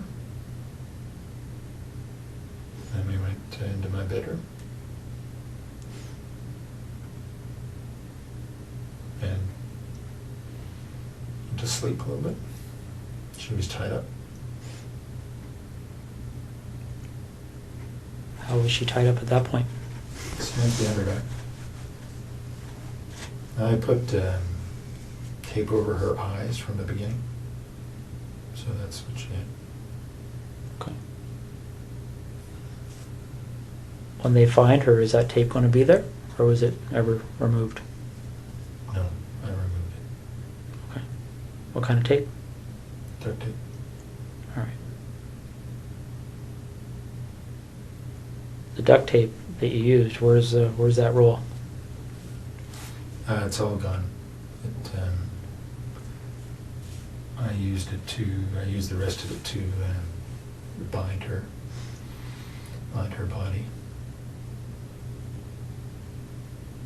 So, by all gone, is it with the body now? Mhm. Okay. So you said, who went to sleep when you came home? You had a shower, or she had a shower? Well, we both got in. I washed her off after she'd been to the bathroom. We both went to sleep. But she was tied up and I had tied the rope. So I could fall asleep a little bit and she could move without waking me up. I'm trying to picture how that would be. So the rope's tied to what on her? Just tied her hands behind her back. Okay. And then the rope just wrapped around me a couple of times, so there was no slack. okay. Do you remember how long you slept for? Not long, maybe a couple hours. Do you know if she slept? I don't know. Okay. So you wake up and And it wasn't, we were up and down. So it wasn't 2 hours straight, it was 2 hours in bed, but there wasn't much sleep, just lying there probably. so you get up from that, and what happens next?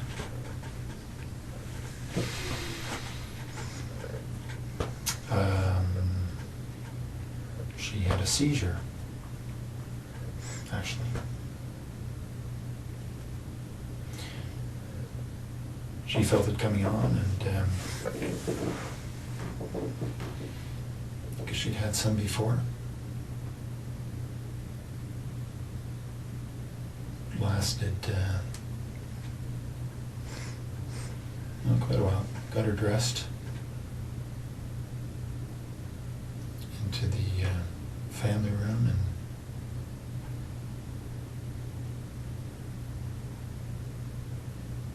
and anyway, she recovered. She got obviously stress, but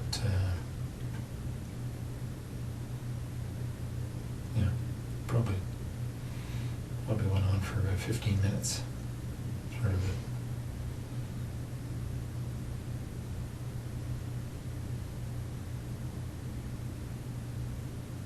So, how do you know she had them before? She told me. Did she tell you why she gets them? Well, she suggested it was stress. Yeah, so she felt herself start to tense up and said she thought she was going to have a seizure.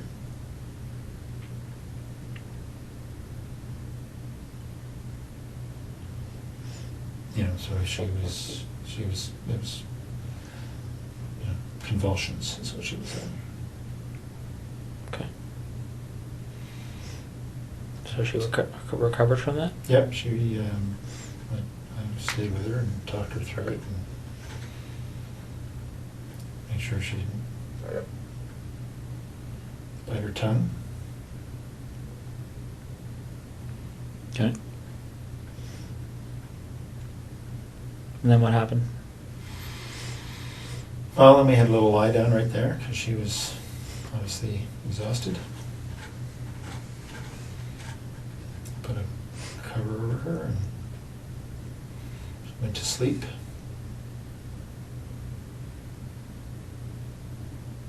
Wait for an hour or so. And I had told her earlier that before I let her go, I wanted to take some pictures of her in her underwear. And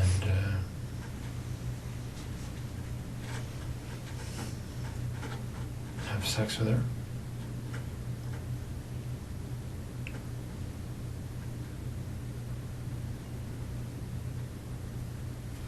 So after she'd had a rest for an hour or so, I had her put on, a number of different outfits she had. I'm sorry?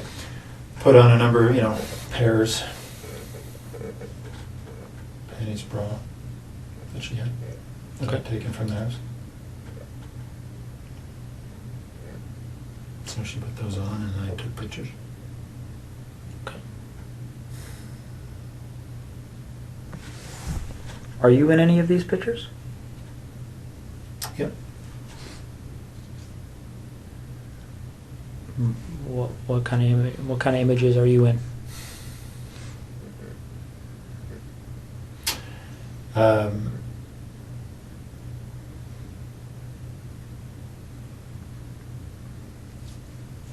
Well, I'm with her. There's, on the hard drives, you'll see there's video as well. So there's video of the,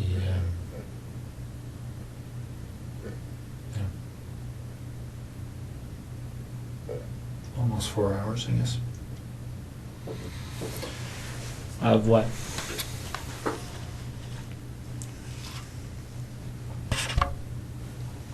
Well, of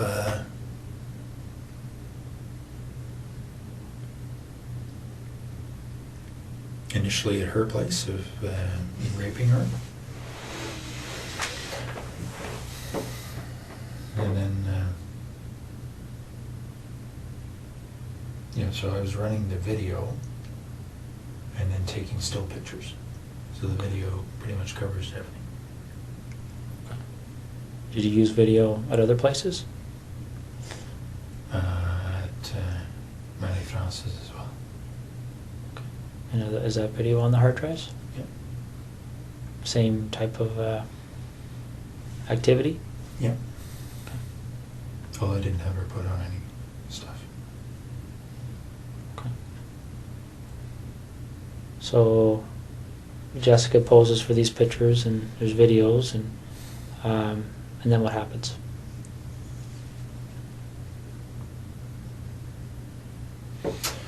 Then I got her dressed because she thought she was leaving. Got a bite to eat. Fruit. And then as we were walking out, I struck her on the back of the head. Okay. When did you decide to do that?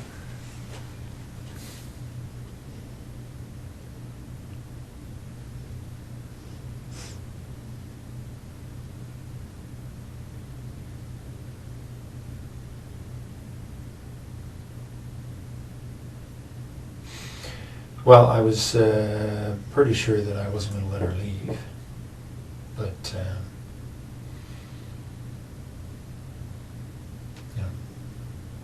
the idea of striking her on the head was developed in the afternoon.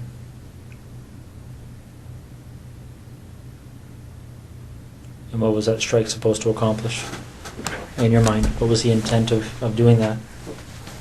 Well, I thought I would be able to knock her out, and then I was going to strangle her. Okay. So when you actually do strike her, what's the result? Her skull gave way a little bit. Felt like, and there was a lot of blood, so I think that's what happened. She was immediately unconscious.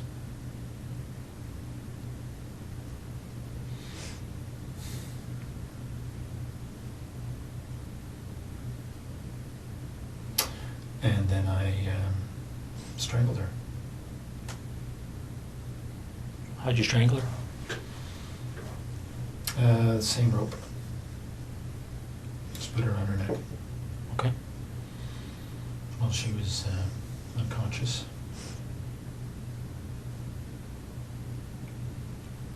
Now, what happened to the zip tie that was around her neck earlier?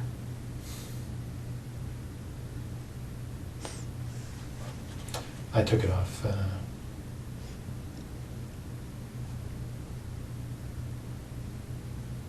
around then, I guess.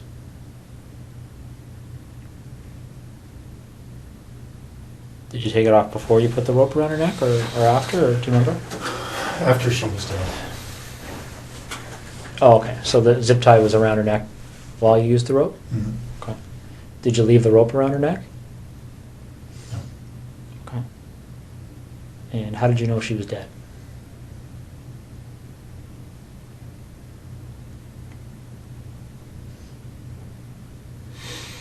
She, well, her body stopped moving.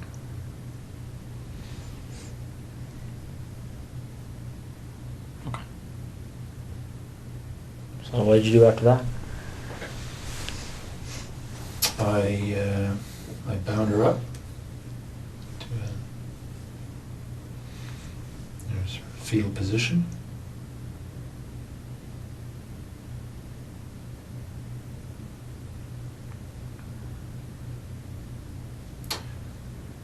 And cleaned up the floor.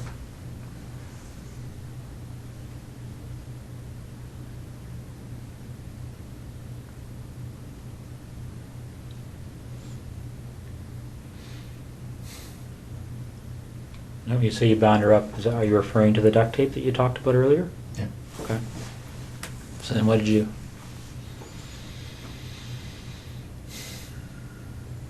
I put her in the garage. It was very cold.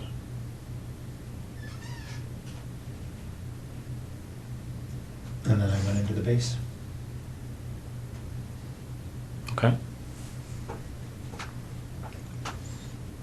Why'd you go to the base? Pardon me? Why'd you go to the base?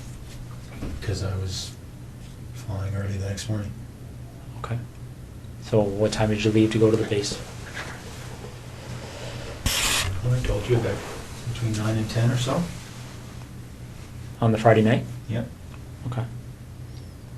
So you fly, and Then I drove home to Ottawa. so which night would you? Saturday night. So you land, and what time are you landing? 6:30. Okay. Saturday night. Did you go by the house in Tweed on your way to Ottawa? Or? No. So you drove straight home to Yeah. Ottawa? What time did you get there at? Do you remember? Sometime before midnight. I can't quite remember, but I think I went in the office first, did some work. So I think I got home to Ottawa just before midnight, something like that. I think. Not sure. I slept for a little bit at the Tim Hortons in Brockville. So it might be later. I honestly can't remember when I got to Ottawa, but Okay. yeah, midnight-ish, Saturday. Mm-hmm.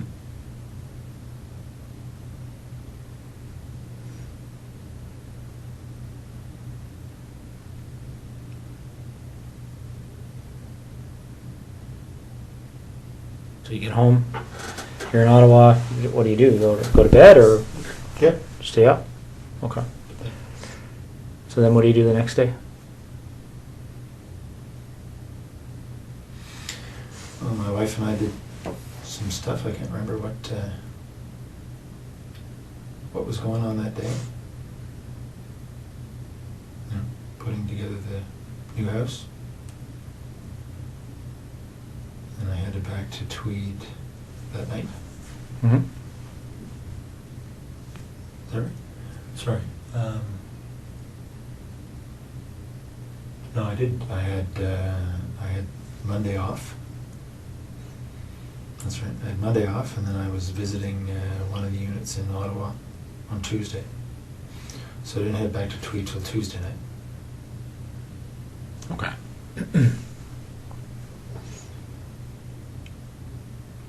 So you get back to Tweed, and what happens next?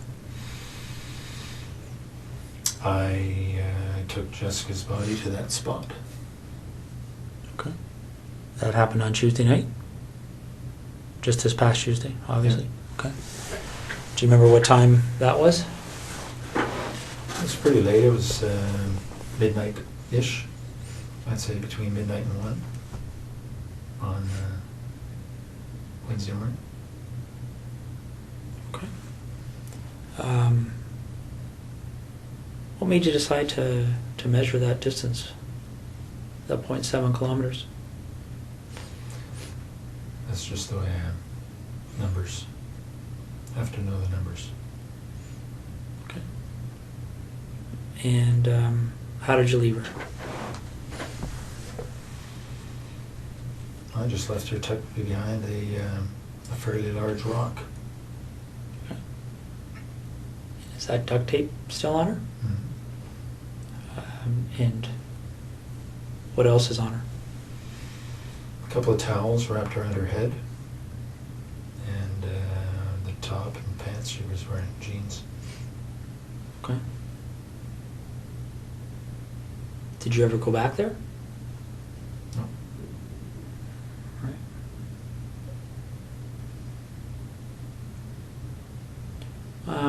What other type of cleaning and things like that did you do? Anything else to kind of cover your tracks that you can think of? I vacuumed the house and I wiped the floor, washed the floor. Okay. What about your truck? Did you do anything with that? Just washed today because it was a mess, and vacuum. Okay.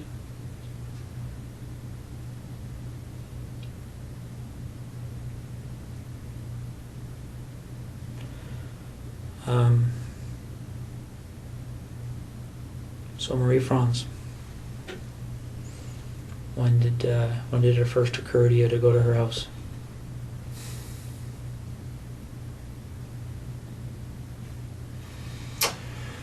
Well, probably in October. October, November, not quite sure, but somewhere in that time frame.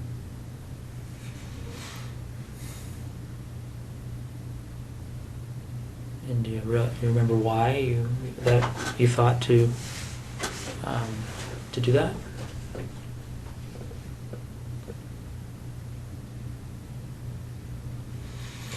Well, she had said she lived alone when the one time I met her. Mm-hmm.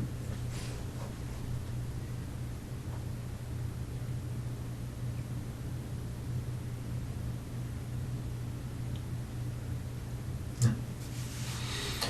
Okay. Just trying to understand why her versus the dozens of other women you probably come across on a daily basis.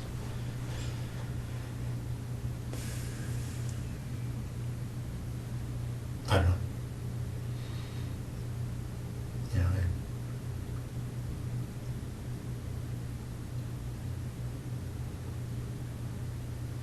I went out there when she wasn't home just to see where she lived. And When did you do that? a couple of nights before. How did you know her address? There's a nominal role for the base. Right? Okay. So when you go out there a couple of nights before, do you remember what night that was? When you were there first time?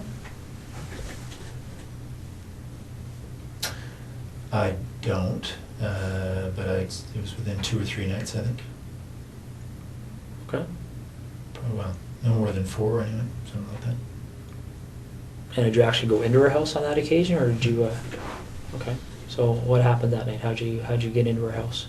This window in the side of the basement, side window. Just a back step a bit. How did you get to her house that first night you went there? I drove. What did you drive? I think I drove my truck. Kind of finder. Do you remember where you parked it? Yeah, I parked it. There's a bit of a division in the residential areas there. I parked it on another side, 600-700 meters away. Okay. So not on her street, on a different street? Do you remember what street you parked on? No, but it's actually might be the same street, but there's an interruption in the street where there's a construction zone. So there's a pathway in between. So I think it's probably the same street. Okay. So you go to her house, and when you went there that night, did you know that she was away?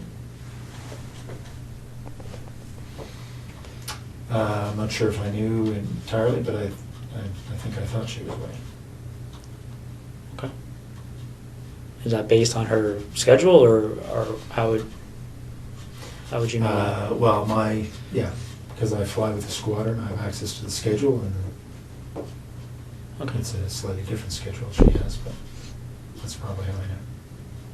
You don't know for sure? I think that's probably how I know. Okay. So you go to her house, Mhm. and what do you do that night, the first night? I looked around and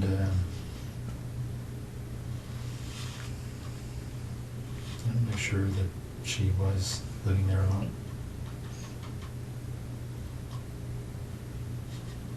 And I'm sorry, did you say, I can't remember if you said, how did you get in? Same way. It's about side basement window. Side basement window? Okay. Do you remember what kind of window it is? Like what made it, Well, I just noticed it was, noticed the flashlight, I could see that it was not locked. It had been opened slightly. So I removed the screen, slid it open, went in. okay. So you go in and you're in her house, figuring out she lives alone, and do you do anything that night? Yeah, I was playing with her underwear. What do you mean playing with her underwear?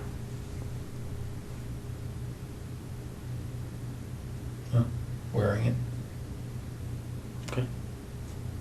Doing anything else?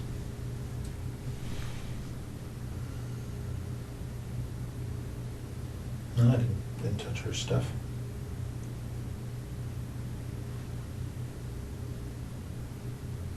What do you mean you didn't touch her stuff? I mean, you touched her underwear, but... Yeah. So- But nothing else.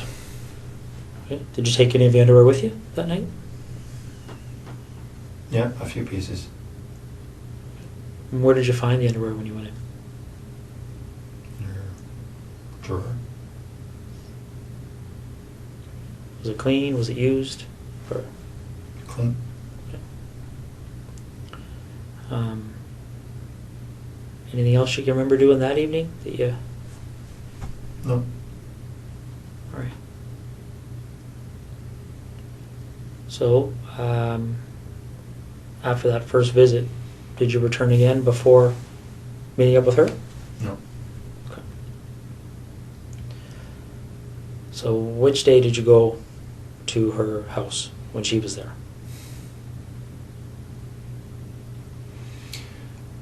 Well, the night before I went to Ottawa, so I think that was Monday night. All right. So let's walk through that. What time do you think you got there? About 11 or so, probably. 10:30, 11. Okay.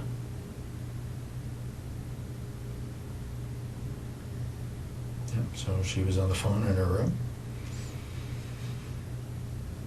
I could hear that from the backyard. I got in through the side window. The same basement window? Mhm. How could you hear from the backyard? What was... Just hear her on the phone.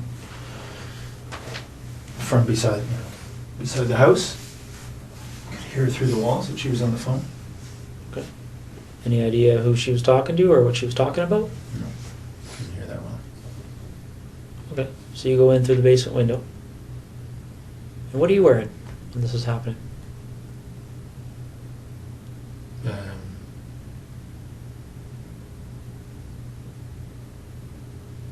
sweatshirt and Dockers, I guess. And the 2 pieces on my head. Okay. And where are those 2 pieces now? Pieces that you wore on the head? They're probably in my bag, in my luggage bag in Edison in the bedroom. What does your luggage bag look like?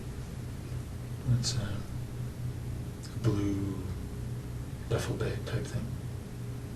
It's right beside the bed. Okay. Is it the only blue duffel bag in your bedroom?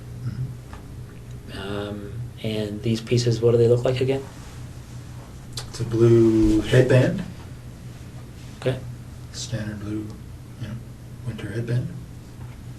And black skull cap type thing.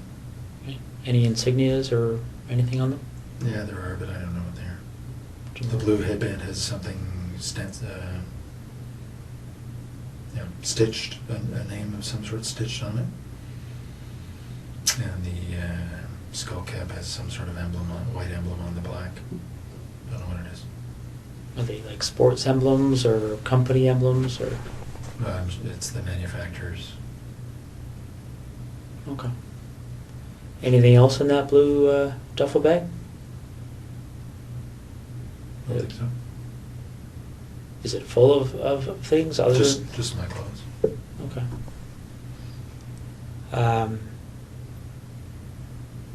So you go in, do you remember what you had on your feet? In the house there? When you went to Marie France's house? Probably running shoes. There wasn't snow on the ground. So you go in and you're in the basement. And whereabouts in the basement are you? By the furnace. Okay. And what are you doing? What's your sort of plan at that point? I was waiting for her to go to bed. Okay. And how long did that take? Well, she didn't. Because then she came down looking for the cat. All right. And what happens next? Well, as I described, I subdued her. Gave her the flashlight. But essentially, wrestled her to the ground and tied her up.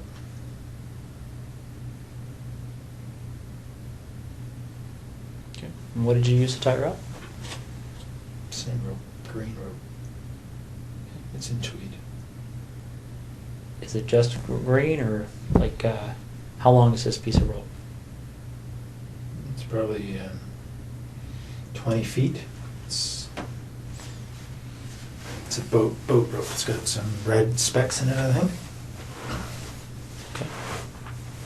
Is there lots of ropes in tweed, or is this probably the only rope? No, there are two lengths. 2 lengths of the same green rope? And were they both used? Well, I only ever had one with me, so I don't know if I used the same piece both times or not, but only 2 lengths of rope. Okay. So you tie her up. How did you tie her up after you subdued her? Okay. And what is she wearing at that point? She wasn't wearing anything to start with.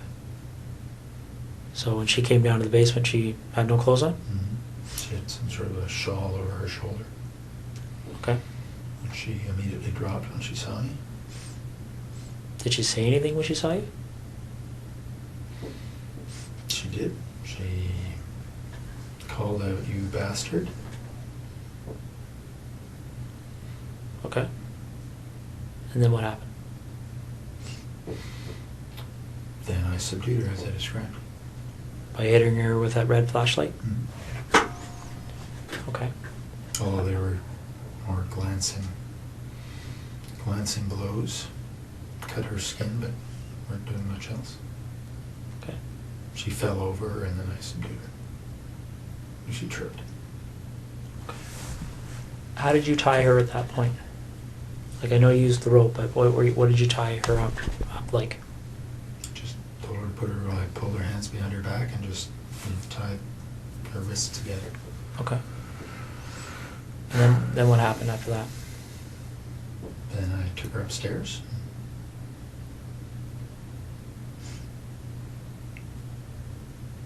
Did she go upstairs under her own power, or did you carry her?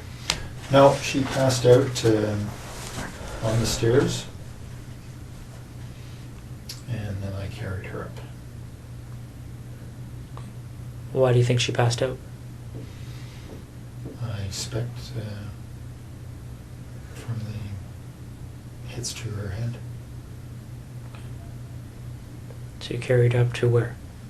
To her bedroom, put her on the bed. Okay. And then what happened?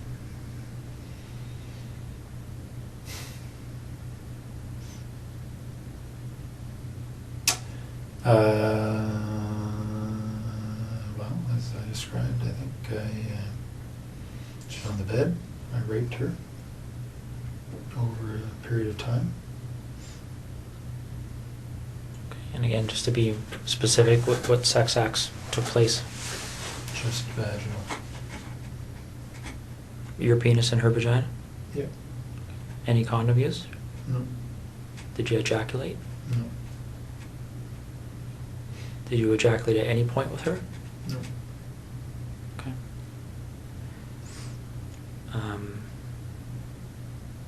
But just before I forget, I think I asked you, don't mean to bounce around on you here, Russ, but with Jessica, I asked you about ejaculation. You said you didn't at that point. When did you ejaculate with Jessica? The second time or third time that I had her for oral sex. And was that at her residence or yours? Hers. Okay. Any other times that you ejaculated with her? No. Okay. When you ejaculated with Jessica, did you use anything to clean up, or? No. No. What happened to the ejaculate? She swallowed it. Okay. So getting back to Marie France, it's just straight vaginal sex, no condom, no ejaculation. Is that right? Yep. Okay. How long does that go for? Like, how long were you engaged in that activity? Well, hour and a half, 2 hours, I guess. Okay. And then what happens next? Well, as I described, I suffocated her using duct tape. Okay. Why did you decide to do that?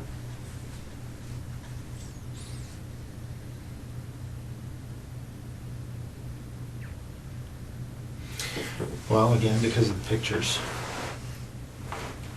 As I described to you, it would have. It was going to be a pretty straight line back to Tweed. Okay.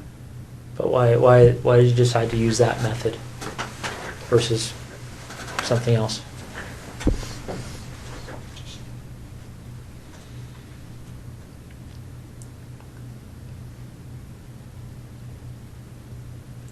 I had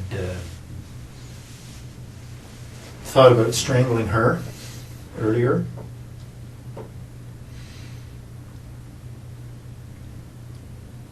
That's on the video. What is? My, well, it was a short-lived attempt because she struggled quite a bit.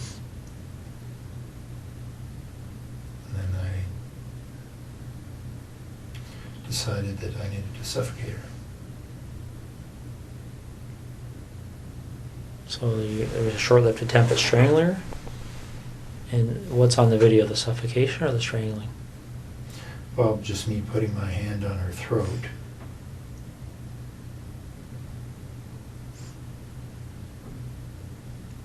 And then her responding, you know, no surprise, very aggressively.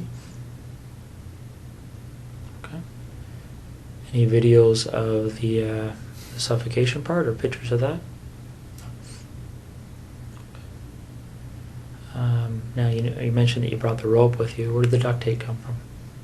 I brought it. Okay. And what did you do with it afterwards?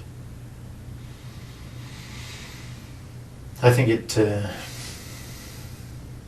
stayed in tweed. What color of duct tape are we talking about? I know it comes in a variety of colors, but Gray. gray.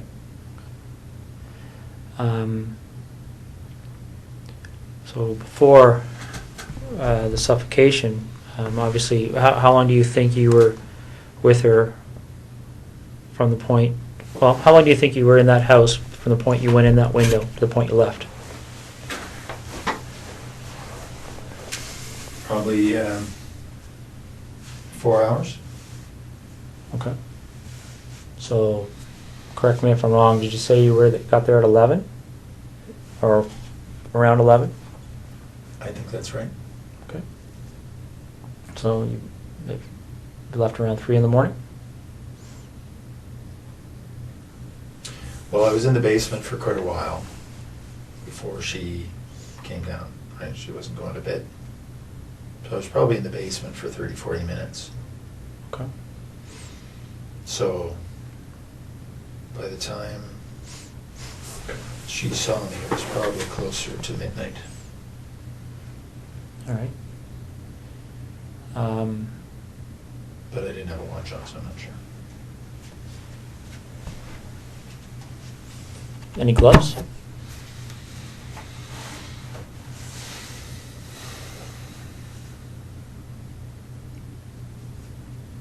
don't think so.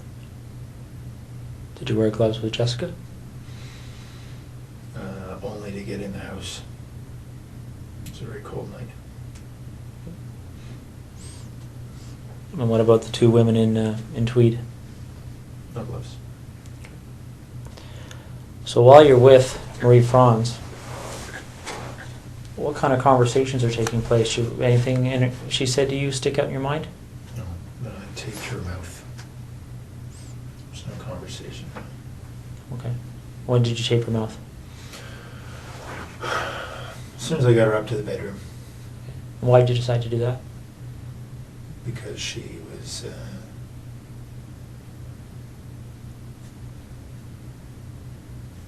quite aggressive. In what way? I was confident she would have screamed given the chance. What way But was she did initially, Did she? Okay. in the basement. So in what way was she aggressive? Well, just in, when she discovered me, she was very vocal, screamed quite a bit, until I'd subdued her, so I expected she would scream again, given the chance. Okay. Do you remember how you left her residence? Back door. Patio door. Okay. Did you take anything with you that night? Some of her underwear. Anything else? No. All right. Did you do anything else to try and cover your tracks with Marie Franz?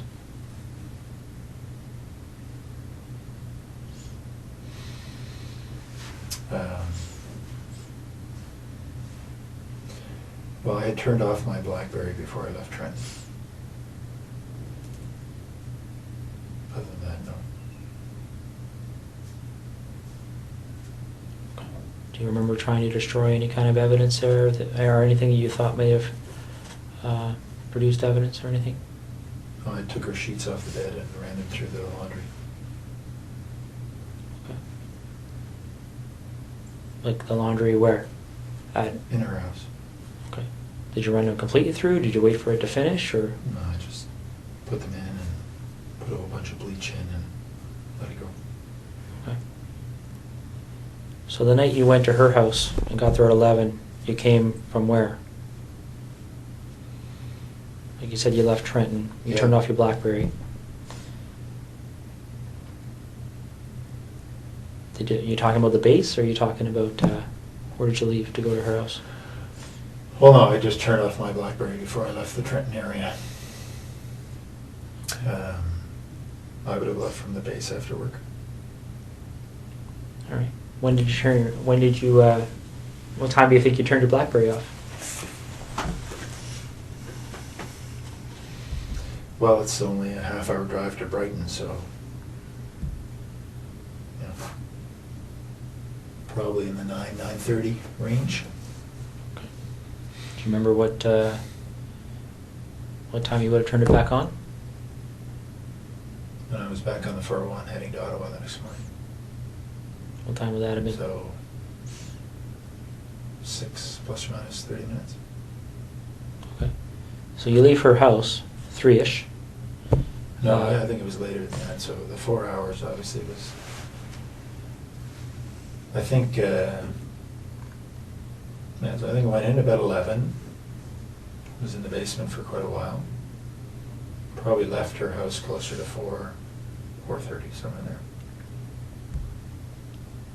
Okay. And where do you go?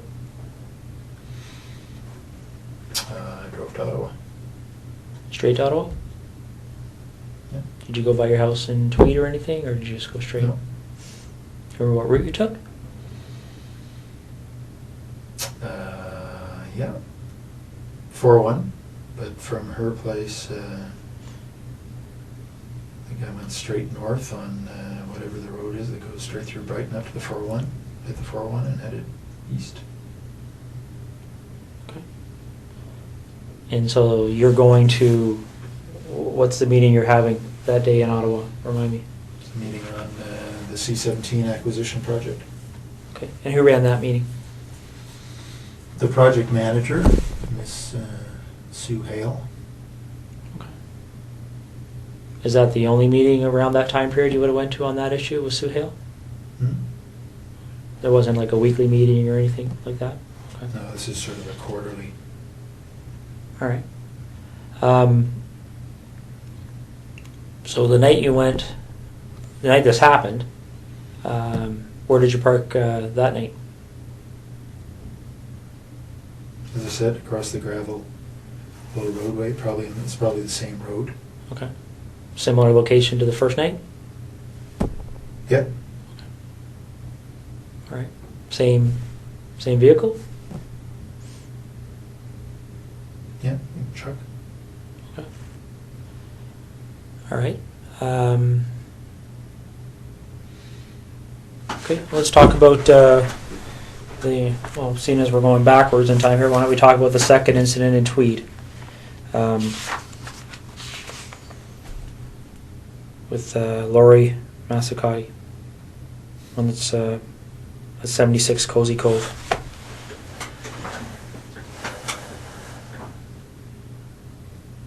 How did you decide on her? I knew she lived alone. That's it. And how did you know that? She lived 3 doors down and didn't know her, but I knew she was pretty lone. She had a boyfriend and hadn't been around.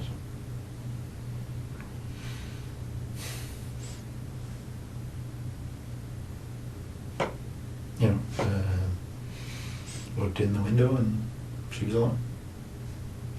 So she had a boyfriend, but he wasn't too frequent? Okay. Well, he was. She told me that they were fighting, so that's why he hadn't been there. Okay. So,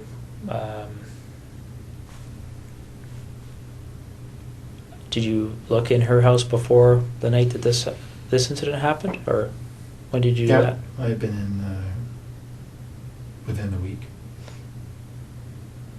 Probably a couple of nights earlier. What did you do that night? I looked around to see if there are any permanent signs of her boyfriend, I guess. Took one or two pieces of her underwear.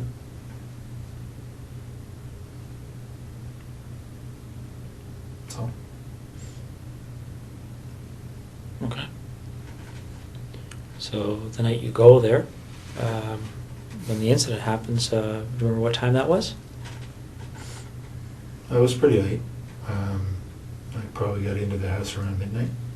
She was asleep on the couch. Well, I didn't know that, but I knew she was in there. And how'd you get in, sorry? Window in the back of the house.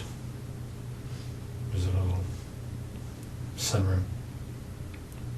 Was it just something you had to slide, or how did you I had get to that? remove the screen and slide it up. Okay. So I got into the house and she was asleep in front of the TV.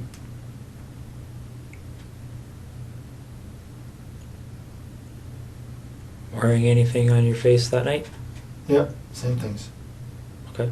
The headband and the cap? Okay. What kind of clothes did you have on? Just dark sweatshirt or pants. Right. So she's asleep on the couch, you're in there, and then what happens? We have been through this, eh? I know. I struck her with the flashlight, thinking it would knock her out. It didn't. We struggled. I subdued her. Took some pictures. Left. Was probably in the house about 2.5 hours. It's a pretty short description for 2.5 hours. Well, we talked. I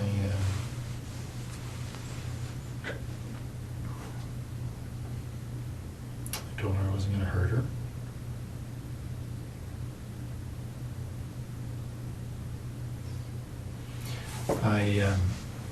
I told her that there were other guys in the house robbing her. My job was just to control her.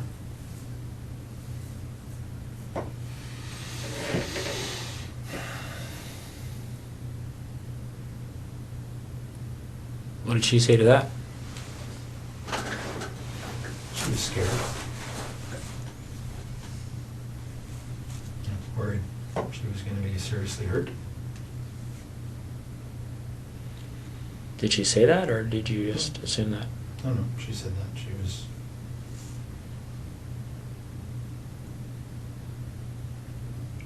was worried she was going to be killed. I said, I'm not going to kill you. What did you do with, you said you took pictures of her, clothed, unclothed? Both.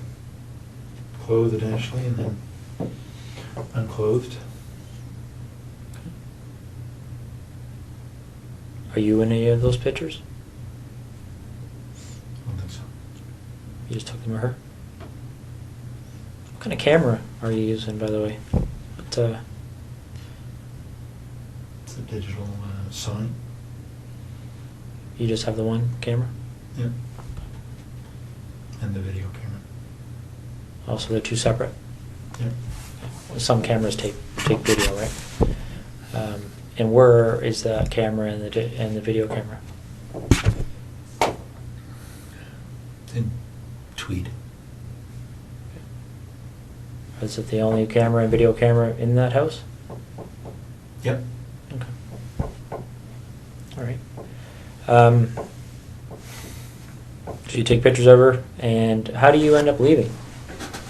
Like you, I just told her to, I don't know, count or wait for a number of minutes before before she called the police. Okay. And did you leave immediately, or did you stay there for a while? Oh, no, I left. See what she was going to do, or? I left. Okay. And where do you go? Home. Straight home? Mhm. Okay. Did you wait to see if the police showed up or anything, or? No. Well, I mean, it's, So what did you do when you got a home? couple hundred feet. I went to sleep. Okay. And what did you do the next day? Went to work, normal time. Okay. A couple hours later.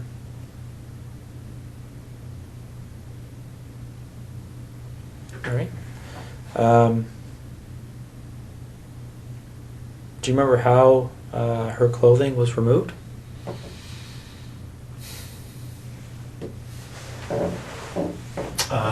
Well, because her hands were tied behind her back, I think I cut off her top and then pulled off her bottom. What did you use to cut her top?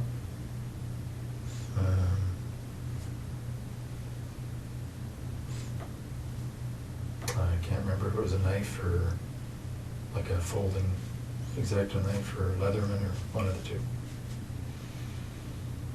Are these items that are in your house in Tweed? Yep. Okay. Was there ever any other time you used a knife to cut off clothing or anything else? Do you remember? I cut off Jessica's top with a knife, so her hands were tied behind her back. That's all. Okay. And where's that knife? Which knife did you use that time? That was a Leatherman. That was leather? Tweed. Is it the only Leatherman in Tweed? Mm-hmm. Okay. So on the 16th of September, when you went in that night, was that the first time you've been in her house? Yep. Okay. And why her? Just because I'd seen her and she was cute. That's it. Okay. So there was no... you didn't go into her house before that night? No. All right. So you go in, and how'd you get into her house? Side window. Was not locked. Cut the screen, slid the window, crawled in. Okay. And what you're wearing? Same. Sweatshirt, dark pants. And the same hat and... Mm-hmm. Okay. And where do you find... In bed, asleep. Okay. And what do you do? Stood over her for a while and I hit her on the left side of her head just with my hand. Just woke her up. We struggled.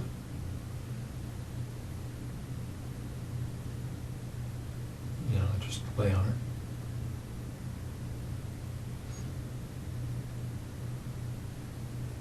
And very much like I described a little bit ago, took off her, pulled her top down, and took off her pants, took some pictures, left. Do you remember her saying anything to you? Yes. What did she say to you? All kinds of things. You know, she had a young baby just next door, the other room, 8 months or so. She's obviously concerned about the baby. Concerned for herself. I assured her I was not going to hurt her. Physically, anyway.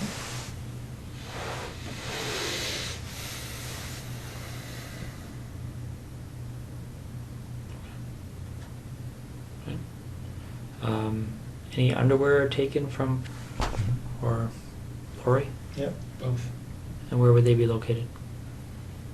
In Tweed.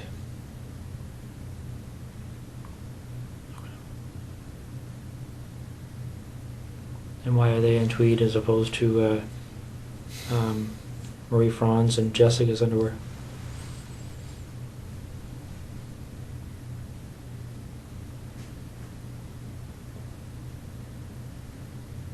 I don't know. Do you remember how much of their underwear you took?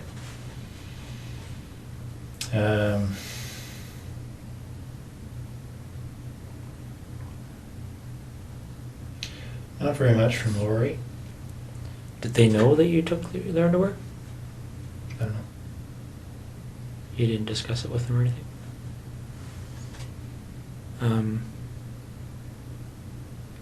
So where in Tweed would their underwear be?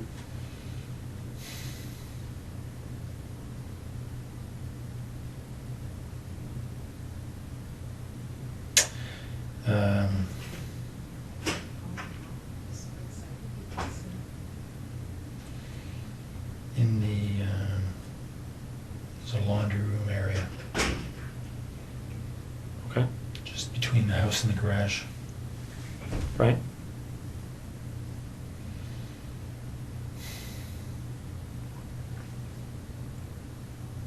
So where in that laundry room area would they be kept?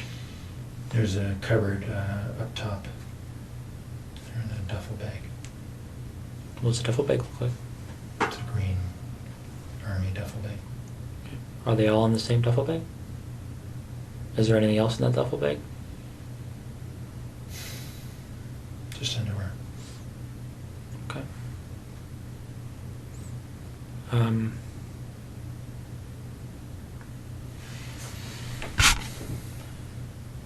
When these pictures are looked at, you talked about being in Marie Franz's underwear on the first night you went in. Did you take photographs of that?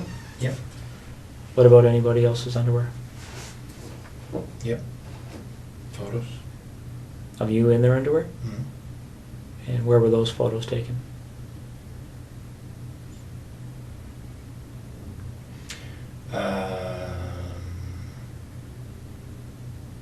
Well, sometimes in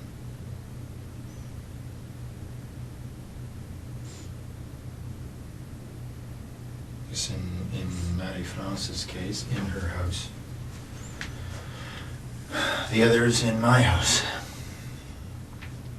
In Tweed? Mm-hmm. So is this a matter you would take the underwear, go back, and then at some point put the underwear on and take pictures? What about Jessica's underwear?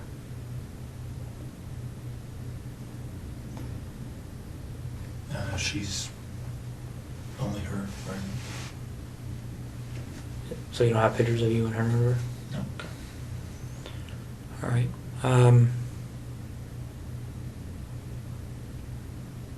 Okay.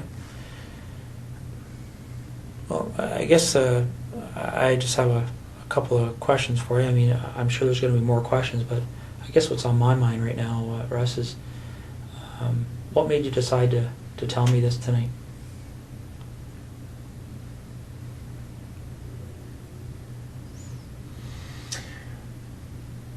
Mostly to make my wife's life easier.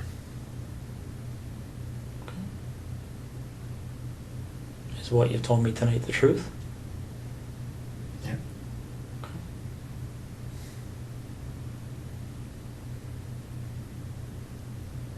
How do you feel about what you've done? Like what?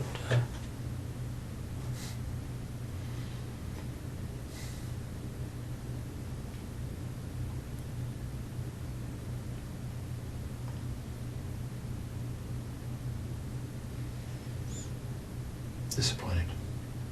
Okay. Let me ask you this: if this didn't come to the point it's at right now, if for whatever reason you didn't end up on our radar, so to speak, do you think it would have happened again?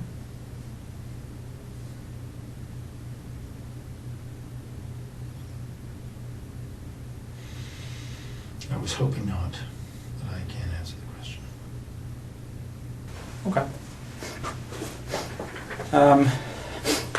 Not too much here, Russ. Just a few details that I wanted to cover off, and specifically dealing with Marie France. In the basement of her house, there's a hole in the drywall. Do you recall how that happened?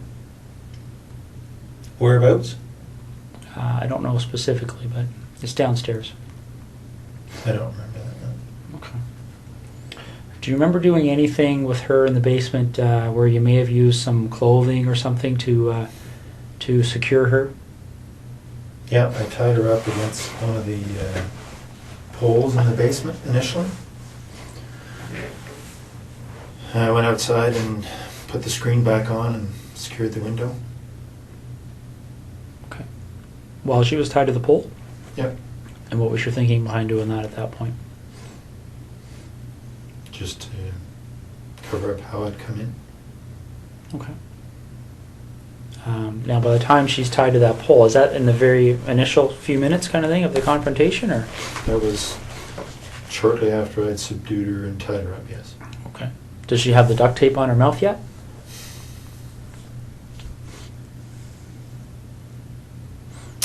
I think probably.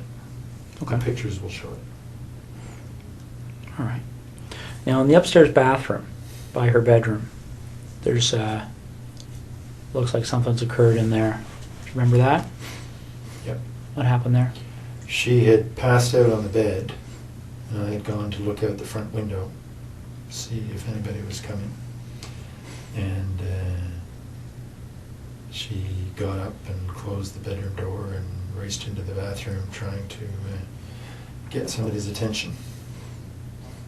But her mouth was taped and her hands were tied. Okay. What did you do as a result of that? Well, I just got in and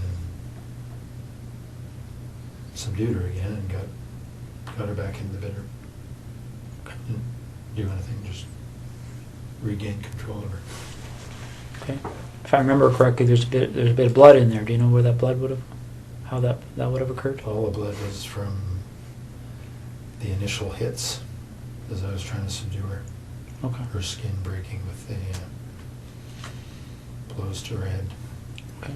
Do you recall blood being in the bathroom? No, actually, I didn't have the light on in there, but it doesn't surprise me. Okay. There's a pair of underwear and some socks on the floor of that bathroom that belonged to her. Do you remember how they got there? I Do you remember seeing didn't them? see them. Okay. What do you recall doing to her breasts? It's pretty clear that there was something happened to her breasts. Do you remember what that might have been? No, I certainly touched her breasts. I didn't do anything to hurt them. I remember that. No. Okay. All right. Well, Russ. Now, when I suffocated her, she was on her front, so may have been something there. But What do you mean? well, she was lying on the floor in the bedroom as I suffocated her, and obviously struggled. May have been in there that something happened, but I didn't do anything specific to her breasts. Okay. So when you suffocate her, that's when you have the duct tape over her mouth and nose, Mhm. and that's on the floor. Yep. And then what happens after that? Well, she died, and I and took the duct tape off her head and put her on the bed and covered her up with duvet. Okay. And what was your thinking behind doing that?